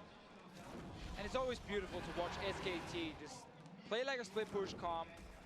Feel like it looks like they don't get pressured at all. It just looks like they know exactly what to do in every single lane, and they're just in full control. And that's obviously because they are one of the smartest teams in the world. But we see so many other teams also trying to play this kind of comp. And the games get really messy. You know, a guy overextends in a side lane, he dies. The mid lane gets engaged on, they die, and suddenly it's one big team fight. But when you watch SKT play these split pushing comps, they're just controlling every lane. And it's not like Flash Wolves aren't without the tools to do that. You know, they do have a Tahm Kench, you know, a lot of mobility there. Here they go, though, grouping up around the mid lane. It's what we asked for before. Just try and run down mid at this point here and just force that tower or an engage with your Nautilus. And what's almost incredible about this is SKT did like the 2 or 3 man Mountain Drake, the slowest of the Drakes to kill. It's the tankiest one. And yet there was still no mid lane pressure from Flash Wolves. And what's funny is, in a game that Flash Wolves wins, it looks explosive. They're team fighting all the time. They're getting these engages off. They're battling, and it's going to be a high kill game. If a game that SKT wins, nothing happens until the game is over. Because they're just split pushing you to death. They're better split pushing. Now Huni forced to run away. Here's the explosive fight that Flash Wolves are looking for. Good damage on Huni, and there we go. The first sign of life in about 15 minutes, and that will be the mid lane turret finally falling. One player who played in EU and NA overextends and dies. Ah, come on! Because he shot. Yeah, okay. All right. The one guy. Everyone Flame else. coma. Well, Huni did die. Mid lane tower did fall. That was a small win for Flash Wolves. We said earlier we needed to see them like preferably before the 20-minute mark, just like get that advantage. Ooh, like this really stun there. early repose. Yeah, it was that, and that's the reason, you know, Maple was able to get off his stun there, so they get the chase down. This was a low turret already, and it is something that's good. That's back for Flash Wolves. It's not going to be the monumental comeback quite yet. It's definitely something that could help fuel it though. Absolutely, we'll see if more can happen here. MMD starting to move towards magic resist itemization. Sunfare Cape needed to be done for his matchup against Huni, but now he's got to worry about a Fizz later on, and even a Kog'Maw who's about 55-45 magic to physical based on his build. Flashman's are really scared of Faker right now. Hexdrinker for Kaza, Abyssal Scepter rushed by Mabel as well. I feel like they're going a little bit too heavy on the MR side. Obviously, you have to respect Bang a little bit as well, but there's a lot of physical damage on the side of SKT you also have to look at. I would say it's really only Huni who's like more physical than Magic though. Peanut's not going to do insane amounts, and it's Bang is more Magic and Faker is all Magic, of course. Oh, Fish goes wide, but it still goes in. Looking for the tight fight onto Faker. A couple of shots come through from Bang, not too much out of him. And to disengage. Back to the builds though, for Bang specifically here. We talked about this was a Kog'Maw comp without the extra shields. You know, it is a Kog'Maw comp that's a 1-3-1, you know, with flimsy solo laners here. He's building fairly tanky. You know, he's got a Hexdrinker, he's got the Ninja Tabi, as well as two of the more tanky-ish offensive items, and going for the Trinity Force next. So this is a Kog'Maw that also gets so tanky that you're kind of incorporating even your passive into Kog'Maw's kit. So like, if they do dive the Kog'Maw, that's the next step. He's tanky, exactly. He is kind of tanky, and he's still putting out the DPS. But then, even if you do kill him, he's gonna explode with 2 damage, and you have these super damaging solo laners to worry about. And he's building like his Aurelia. Right? Like I've seen Jax's and Aurelia's build this way, and it's like, yeah, they need a front line, and they get some durability items. And Kog'Maw's like, I have 700 range. I'm built the same way. It's like, okay. If you don't take me down, I continue to put out my DPS. Yeah. If you do... If you focus me, Faker probably kills you. Maybe Huni will kill you. Yeah. That's so much damage on the side of SKT. All right, they don't need Bang. It is very different from like a G2 Kog'Maw composition where it is more about him. So we can see what else can happen here. Gold lead 3.8 thousand for SKT. They're up the Infernal Drake, which is about 1,000 worth as well. And they can keep moving on forward here in this one. 24 minutes in. Quick yelps out of the Pugmaw. Cannons! Okay, Wolf gets it. That's fair. I don't know why I keep doing sound effects when I cast. I was a bald eagle. Especially because you set yourself up for that one, and then you deliver it as well. I mean, I don't trust you to set me up for the dog sounds. It's a bit out there. I had to make sure to cut the full circle. Let's get back to the split push game here for SKT as Huni is going up the bottom side. And he's got one more wave until he does get to inhibitor turrets. That's pressure that you have to react to as Flash Wolves, and just because of that, it's going to allow SKT to move in and kind of undo a lot of that vision work that Flash Wolves just tried to put down around Baron. Yeah, the professional teams, they always talk about windows or openings, you know, when Doghouses. Doghouses, they don't talk about that very often, but they do talk about the fact that when you push out a wave in a side lane, you can then lead first, you can roam first, you don't Baron have to use teleport. They're now taking the Baron down as well. No one from Flash Wolves is around, and yet SKT respect the fact that Kaza walked over 1 ward. Yeah, I mean, we expected them to take all the vision away from Baron, but they actually didn't do a lot of that cleaning, and there's a lot still left from Flash Wolves, so they won't be pressured quite yet, but you can see exactly the game plan from SKT, and that's going to be them returning to this game plan. The pressure on the bottom from Huni, they're going to get the sideways pushed out, then you feint at Baron, you either get a pick there, or you can actually complete it. What's going to happen? 4,000 gold still remains the difference. It's been going up and down a few hundred at a time, but it has still been mostly SKT in the lead. Faker still holding on to that Rift Herald buff. About 10 minutes left on it.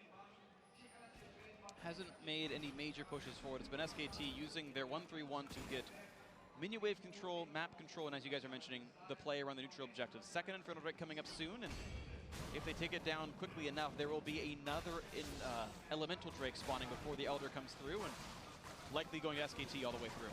It's been a boring Faker game because Flash Wolves have not tried to actually force anything with their comp, so SKT have not really been in a situation where they needed to fight and actually make plays.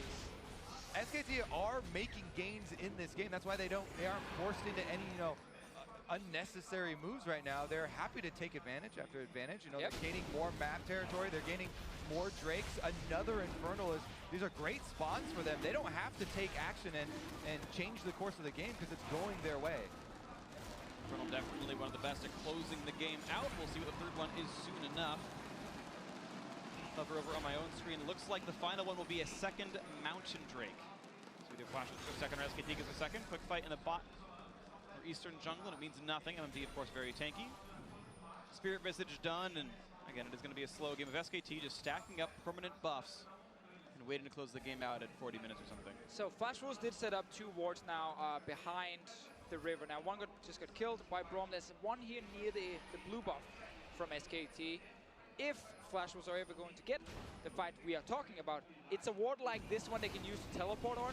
If SKT are like starting a Baron, or like now, the ward is right there. They should actually go for it. And they were starting actually. Peanut had warded over the wall, hoping to bait someone to kill it. When Karsa came in, he's like, let's go for the fight. Didn't quite get it. Yeah, Now problem of course is Huni is already pushing already at the tower. So if you TP away and look for a fight, you might get a kill, and he might take your inhib. So it's always tricky, but at some point you have to just try and go for it and see if you can then get a Baron after. Exactly, the reason you have to make that call to Fischio, the scaling is coming through. Fiora is at the 2 items. From here on out, it's not even fair for MMD. It might get worse over time. Peanut now slinking around the top side of the map. Ward control still the objective. SKT back and forth around this Baron, but they know no Drakes for 5 minutes. Means the only objective worth fighting for is that Baron. They're not looking for the mid lane or the top lane tier 2 with only one ranged champion. Sieging is not their game plan. And it's just wards over and over. Yeah, and if SKT keeps being lazy with the Baron setup in terms of actually buying control wards and killing the wards from Flash Wolves, then we will have that opening for MMD, but it might just be one chance. And if you fail that one chance, if you don't actually win that fight, well then the game is over. Because SKT didn't know they can keep chilling and just keep scaling. Fake is already in base, shopping. No one in solo queue take any note of this. This is not what you're supposed to do. Always look at your character first. There we go. Takes the 3-second late recall for that one. I gotta point something out though. We talk about late game scaling, Huni getting huge, and I agree, Fiora is gonna be a nightmare late game. But Betty's Twitch is supposed to be very good as well. With how defensive Bang is building, with the Hex Drinker, with the Trinity Force, which is not a good third item for damage output, Twitch should outscale, but he went Lord Dominus Regards against a 0-tank team. There's like 12 bonus armor on Wolf right now. You don't get anything out of the armor shred. Yeah, there's a Zhonya's, yeah, there's Dead Man's Plate. Like, there is some, but Infinity Edge is so much more damage for not that much more gold on someone like Twitch. I would much rather have something that lets him kill through a Fiora, kill through... He'll still do more damage to Twitch with an Infinity Edge. Like, I just really dislike this item build from him. Yeah, the setup for Flash Wolves, though, the kind of more secure team fight that you're talking about, that's why Deficio keeps bringing up this one chance where if they're able to get MMD to teleport in and force the fight, they do have the capability of actually taking that. Yeah, now SKT went back. They got all the control wards. They killed all the wards in the river near the Baron. So Flash Wolves no longer have a ward to actually TP onto. And I actually agree with you, Freak, here when you talk about like the Twitch late game and the potential for Flash Wolves. Like, I think a 5-on-5 team fight, if they're engaging properly, they can win at any point in the game. Sure. Problem is getting the proper 5-on-5 when you're against obviously full split push. But I 100% agree. They can still win that team fight if they get it. But SKT don't want to let that one happen. They're going to go for the Baron to try to split them up yet again. Fiora still splitting as Nautilus, which means not a lot of tank stats here for Flash Wolves. They do have Sword Art to front line, but he's not in just yet. Huni's still nipping at the front. But that pool floaty doesn't do a whole lot of damage to a Nautilus. He was born in the water. He simply float on top of it. Looks like nothing going to happen down in the bot lane. Betty's still farming. Level 15 on him. Does have a level lead over Bang as he's been getting more of the split push farm.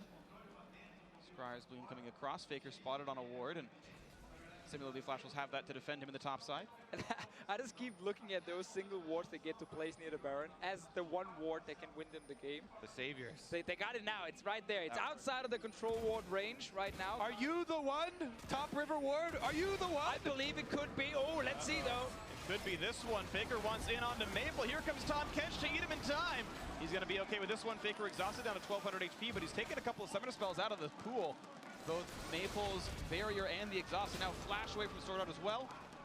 2 summoners down for that. Huni actually got on the tower. I think he was trying to... He had ulted and gone for a trade. Yeah. And he traded equal against MMD. Because he's barely actually hit the tower, so Flash Wolves are still stalling, waiting for the one true ward that will win them the game. Bloodthirster might be enough for Huni to ignore turrets against MMD. There's going to be some bit of a race for lifesteal versus tank stats. Can you out-lifesteal the turret damage back at you? Armor will reduce the amount of healing you get back, and that's somewhat of a thing to look for. But Huni, who has been out-farming, who is a level ahead, I think he's ahead in that race. Exactly. Well, the way that you replenish your health pools is fairly equidistant for these guys. Huni, as you say, is going back to that wave. He lifesteals almost immediately off of one wave back up the full. While it's MMD, he runs all the way back to the fountain, tries to take a drink, then tries to get all the way back to that turret, and they're getting there at about the same time. Yeah. That's currently why they're at the stalemate. At this point, though, with double teleport, SKT actually don't have to just fight 1v1 in the bottom lane. They could send Faker down and just 2v1 dive MMD and then take tower. Or something I really actually enjoy is trailing your split pusher with your other teleport. You don't even have to teleport in on the other guy. Yeah, just run to the lane and join him, and then go for the kill, take the tower. If Flash Wolves reacts by rushing Baron, you have double TP. If Flash Wolves reacts by running to stop you at the inhibitor, well, you again have double TP and can just rush Baron with Bang and Wolf. Also, a Fizz plus Fiora can definitely pull off that dive, even on a full tank Nautilus. Nautilus only has 2 health items. That Frozen Heart coming in is going to help against Huni, but not at all against Faker. Still there, the one ward. Are you the chosen one that Prophet Deficio told up? Here goes Faker. Faker, good damage there. Shark's not going to mean too much for him. Now here comes the push back in. Faker jumps away. He's going to go from the stun. And look out for the damage on Abedi. The flash stun's going to come through. Couple more hits will do it. The true shot barrage. Not even what it's called, but he gets the kill anyway. Living Artillery it is. And Peanut gets a little bit done. And there's the tower dive. Bloodthirster done. Huni gets a solo kill. And the game has finally broken apart. SKT kills on 2 sides of the map. And they just waited and waited and waited. BT completed, as you highlighted, Freak. It was enough for Huni to then kill MMD. Now he gets the inhib as well. And we kept talking about Flash Wolves having to force something to try and win this game, and they just didn't. And I mean, we do have to go over how beautiful that escape from Faker was, because that was a decent attempt at a force. Huni is now the one. See if he can escape in as beautiful a manner as Faker did. Ooh, riposts the ulti damage and flashed over a lot of it. He gets away with it. This is what it really hinges on. You talk about teams trying these comps and failing Deficio. When you have Faker up on the top side on Fizz, pulling escapes like that, and you have Huni getting solo kills, diving, and then still being able to deal with the 2-man collapse. These are how they're able to pull it off. Here goes Huni on the initial dive. He's chasing around the vitals. MMD can't find anywhere to hide. Just runs out of health way too fast. Doesn't even get the 4th vital. Doesn't matter. Gets one with the basic attack and then goes in, launches onto the turret with the ulti. Damage is simply too high for him. And it's never going to get better for MMD. It gets worse from here. Hexdrinker now in for Huni. Even more immune to MMD's damage. And here we go, double Mountain Drake, just to make sure it all is going to happen. Of course, we know the Baron was already taken. SKT in complete control here. 9,000 gold up. They've got 4 Drakes, all the good late game ones in their inventory here. Yeah, and if I remember correctly, then SKT has been ahead in this game for like 31 minutes or something, because they got that early gold advantage, and Flash Wolves has not had a single moment in this game actually really trying to force a play on SKT. They got 1 kill on Huni mid that gave them a mid tower, and that's been about it. We kept talking about the scaling of the split pushes and how it was up to the team fighting combo Flash Wolves to make that TP play. They had the ward, but sadly they've already pushed in, so they couldn't actually leave at that point because they're already behind. Here comes the attempt. They want to get Wolf here on this one. Nice knock up across 3. The entire Flash Wolves team is here, and no one's able to get any damage. Bang just free firing on the back line. The quick anchor in. Here comes an entry for the heal. Keeps the back line alive, and now Faker's in the fight. He's going to kill off Betty. That's 1 down already. Looking for Maple, now is Peanut. The attack on a Wolf. They will knock him down. 1 for 1 so far. Sword Art buys a bit of time. Peanut low, but not down on this one. The team cutting back, and Faker finding a 2nd kill. That's 2 already. Carson to re-engage. Looks for Bang. Gets him. It's a trade. The passive in using Huni would rather fight than close the game out. It's a true KDA player, full NA style. Huni, as Faker goes for his 3rd kill to fight. Huni wants number 4. Hey, buddy. And he's going to knock him down. Faker with 3 kills. 1 picked up as well for Huni. That's going to be the game. Just to add insult to injury, a 12-kill game. SKT in control for 95% of it. 5-0 undefeated in the 1st round robin. Barely challenged in this game, I think it's safe to say. Yes. SKT in full control, like the big event phase with the Fizz coming in and flexed. Fiora top lane, of course, was a risk, but I guess with good scouting, knowing MMD couldn't really take any sort of carry matchups, MMD just sacrificed himself on offense. It was so interesting to watch Huni as well, because at the beginning, they're going with what Flash Wolves expected. Punish MMD. Huni's trading super heavily. He draws the pressure up to the top lane, and they see Carson, and Carson's like, yes, we fixed our problems up to MMD, and he's going to try and protect him up there, but they alter their style very quickly. They don't drop any advantages, really, and completely steamroll this game. Yeah, it felt like a solid, controlled SKT game. We are actually close to a record. I had someone check for me. Lowest kills at an MSI game has been 7. It was at 5 until the very end there, but of course the 5-for-1 made it all went away. And sadly, it was a 12-kill game here in this one, but close to record set. Either way, SKT looked like they're still the best team in the world. I don't think anyone's surprised with their 5-0 so far. I'm very surprised. Yeah, I know. I thought The world is shocked that SKT is 5-0 right now. Man, Okay? I'm so surprised. How can you call yourself a league analyst when you're surprised SKT is 5-0? Silly European analysts. I don't was know what they're looking doing. at, G2, Yeah. I don't know. Just immaculate gameplay. Either way, SKT, of course, are an amazing team, and that perfect first round robin has been completed. Of course, they will still play another game today. Now let's head over to our analysts for more on that game. Thank you very much, Freak. Amazing, one of the many words that you can use to describe this SKT squad. But, you know, where the rest of the tournament has been kind of mired by action, right? Fights, skirmishes, deaths, kills everywhere around the map. This one really slowed down from both teams, and we saw a very methodical game, which feels like it fits right into SKT's wheelhouse, exactly how they'd want a game to go. And the draft, I think, is the big story here, because they really played to their draft, but it was a really interesting draft from SKT. The moment you saw the Fiora lock-in, the first actual Fiora of the season for Huni as a blind pick, that's a bold thing, as a very simple, if you take that away, but it's not so bold when you consider Rumble, Kennen Galio, Gragas, Kled, Shen, all banned before that blind pick comes in. You can look over the match histories of MMD. He's never played a champion that actually does well against Fiora in his career, his long career, that fits in this spot. So he has to go a tank matchup. He ends up going W Max Nautilus. So no wave clear, basically the white flag of, well, I guess I'm not going to die. And the inevitability of 30 minutes onwards comes through with the Fiora. Say not going to die until Fiora's 3 items, and then you have no choice.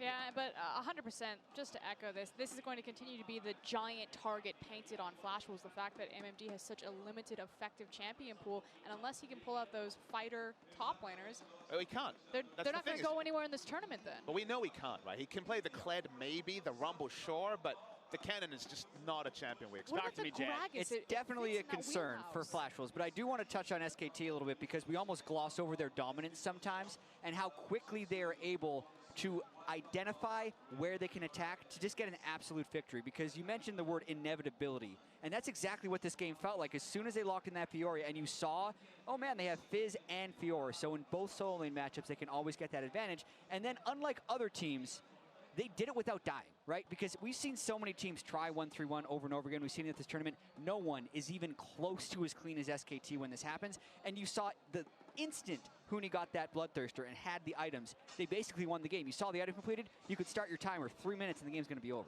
Yep. Again, you want to talk about cleanliness, just look at their record now in the tournament, right? Moving to 5-0, clean sweep in the first round robin. The rest of the team sitting at 2-3, well behind them moving into the second set of games. I mean, the rest of the teams, you know, you watch this game, you consider that actually on the season in 2017, first game of Kog'Maw from Bang, first game of Braum from Wolf, and first game of Fiora from Fiora from Huni. So it's already new stuff, and they've shown so many different comps. We talked about meta at the start of the broadcast, things like protect the Kog'Maw, protect the Twitch. We know that SKT can do that. Set up for split pushes now 2 games in a row. Huni has run through the game.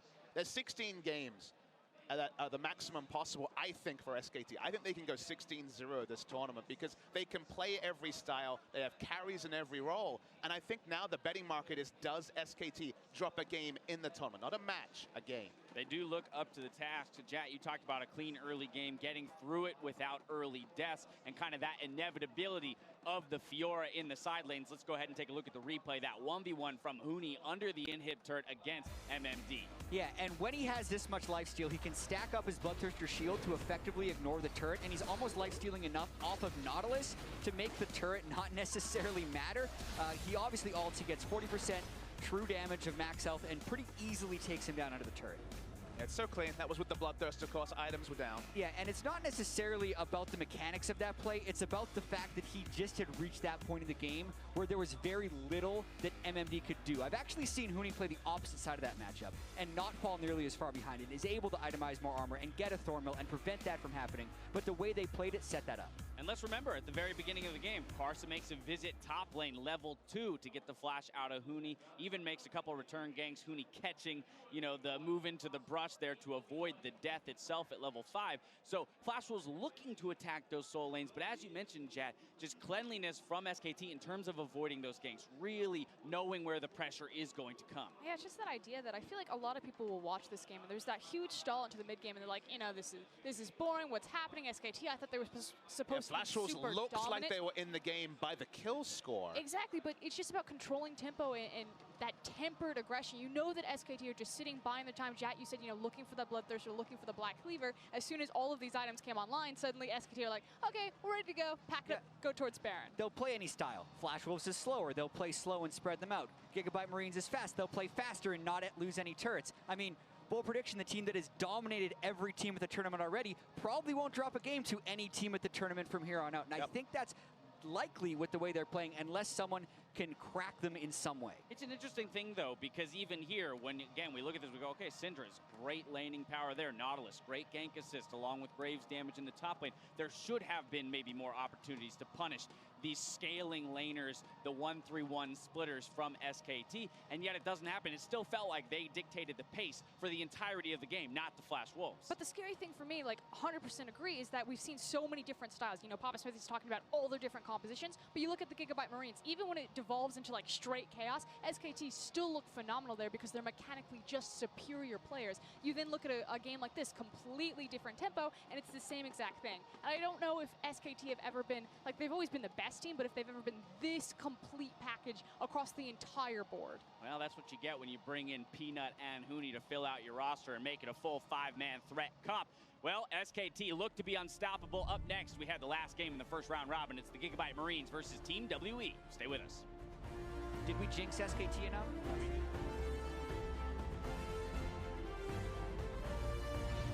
As much damage as the other teammates did, and Wolf chunked up inside a turret, but the kickback is there. Looking for the plays to be had. Nice knockups for MMD, but still taking out her first one. Cannot defend that. And look out for the damage on the Betty. The flash stun's going to come through. Couple more hits will do it. The true shot barrage. Not even what it's called, but he gets the kill anyway. Living artillery it is. And Peanut gets a little bit done. And there's the tower dive. Bloodthirster done. Huni gets a solo kill. Huni is now the one. See if he can escape in as beautiful a manner as Faker did. Ooh, riposte. The ulti damage had flashed over a lot of it. But now Faker's in the fight. He's going to kill off Betty. That's one down already. Looking for Maple. Now is Peanut. The attack on a Wolf. They will knock him down. 1-for-1 so far. Sword Art buys a bit of time. Peanut low, but not down on this one. The team cutting back and Faker finding a second kill. Huni wants number 4. Hey, buddy. And he's going to knock him down. Faker with 3 kills. 1 picked up as well for Huni. That's going to be the game. Just to add insult to injury, a 12-kill game. SKT in control for 95% of it.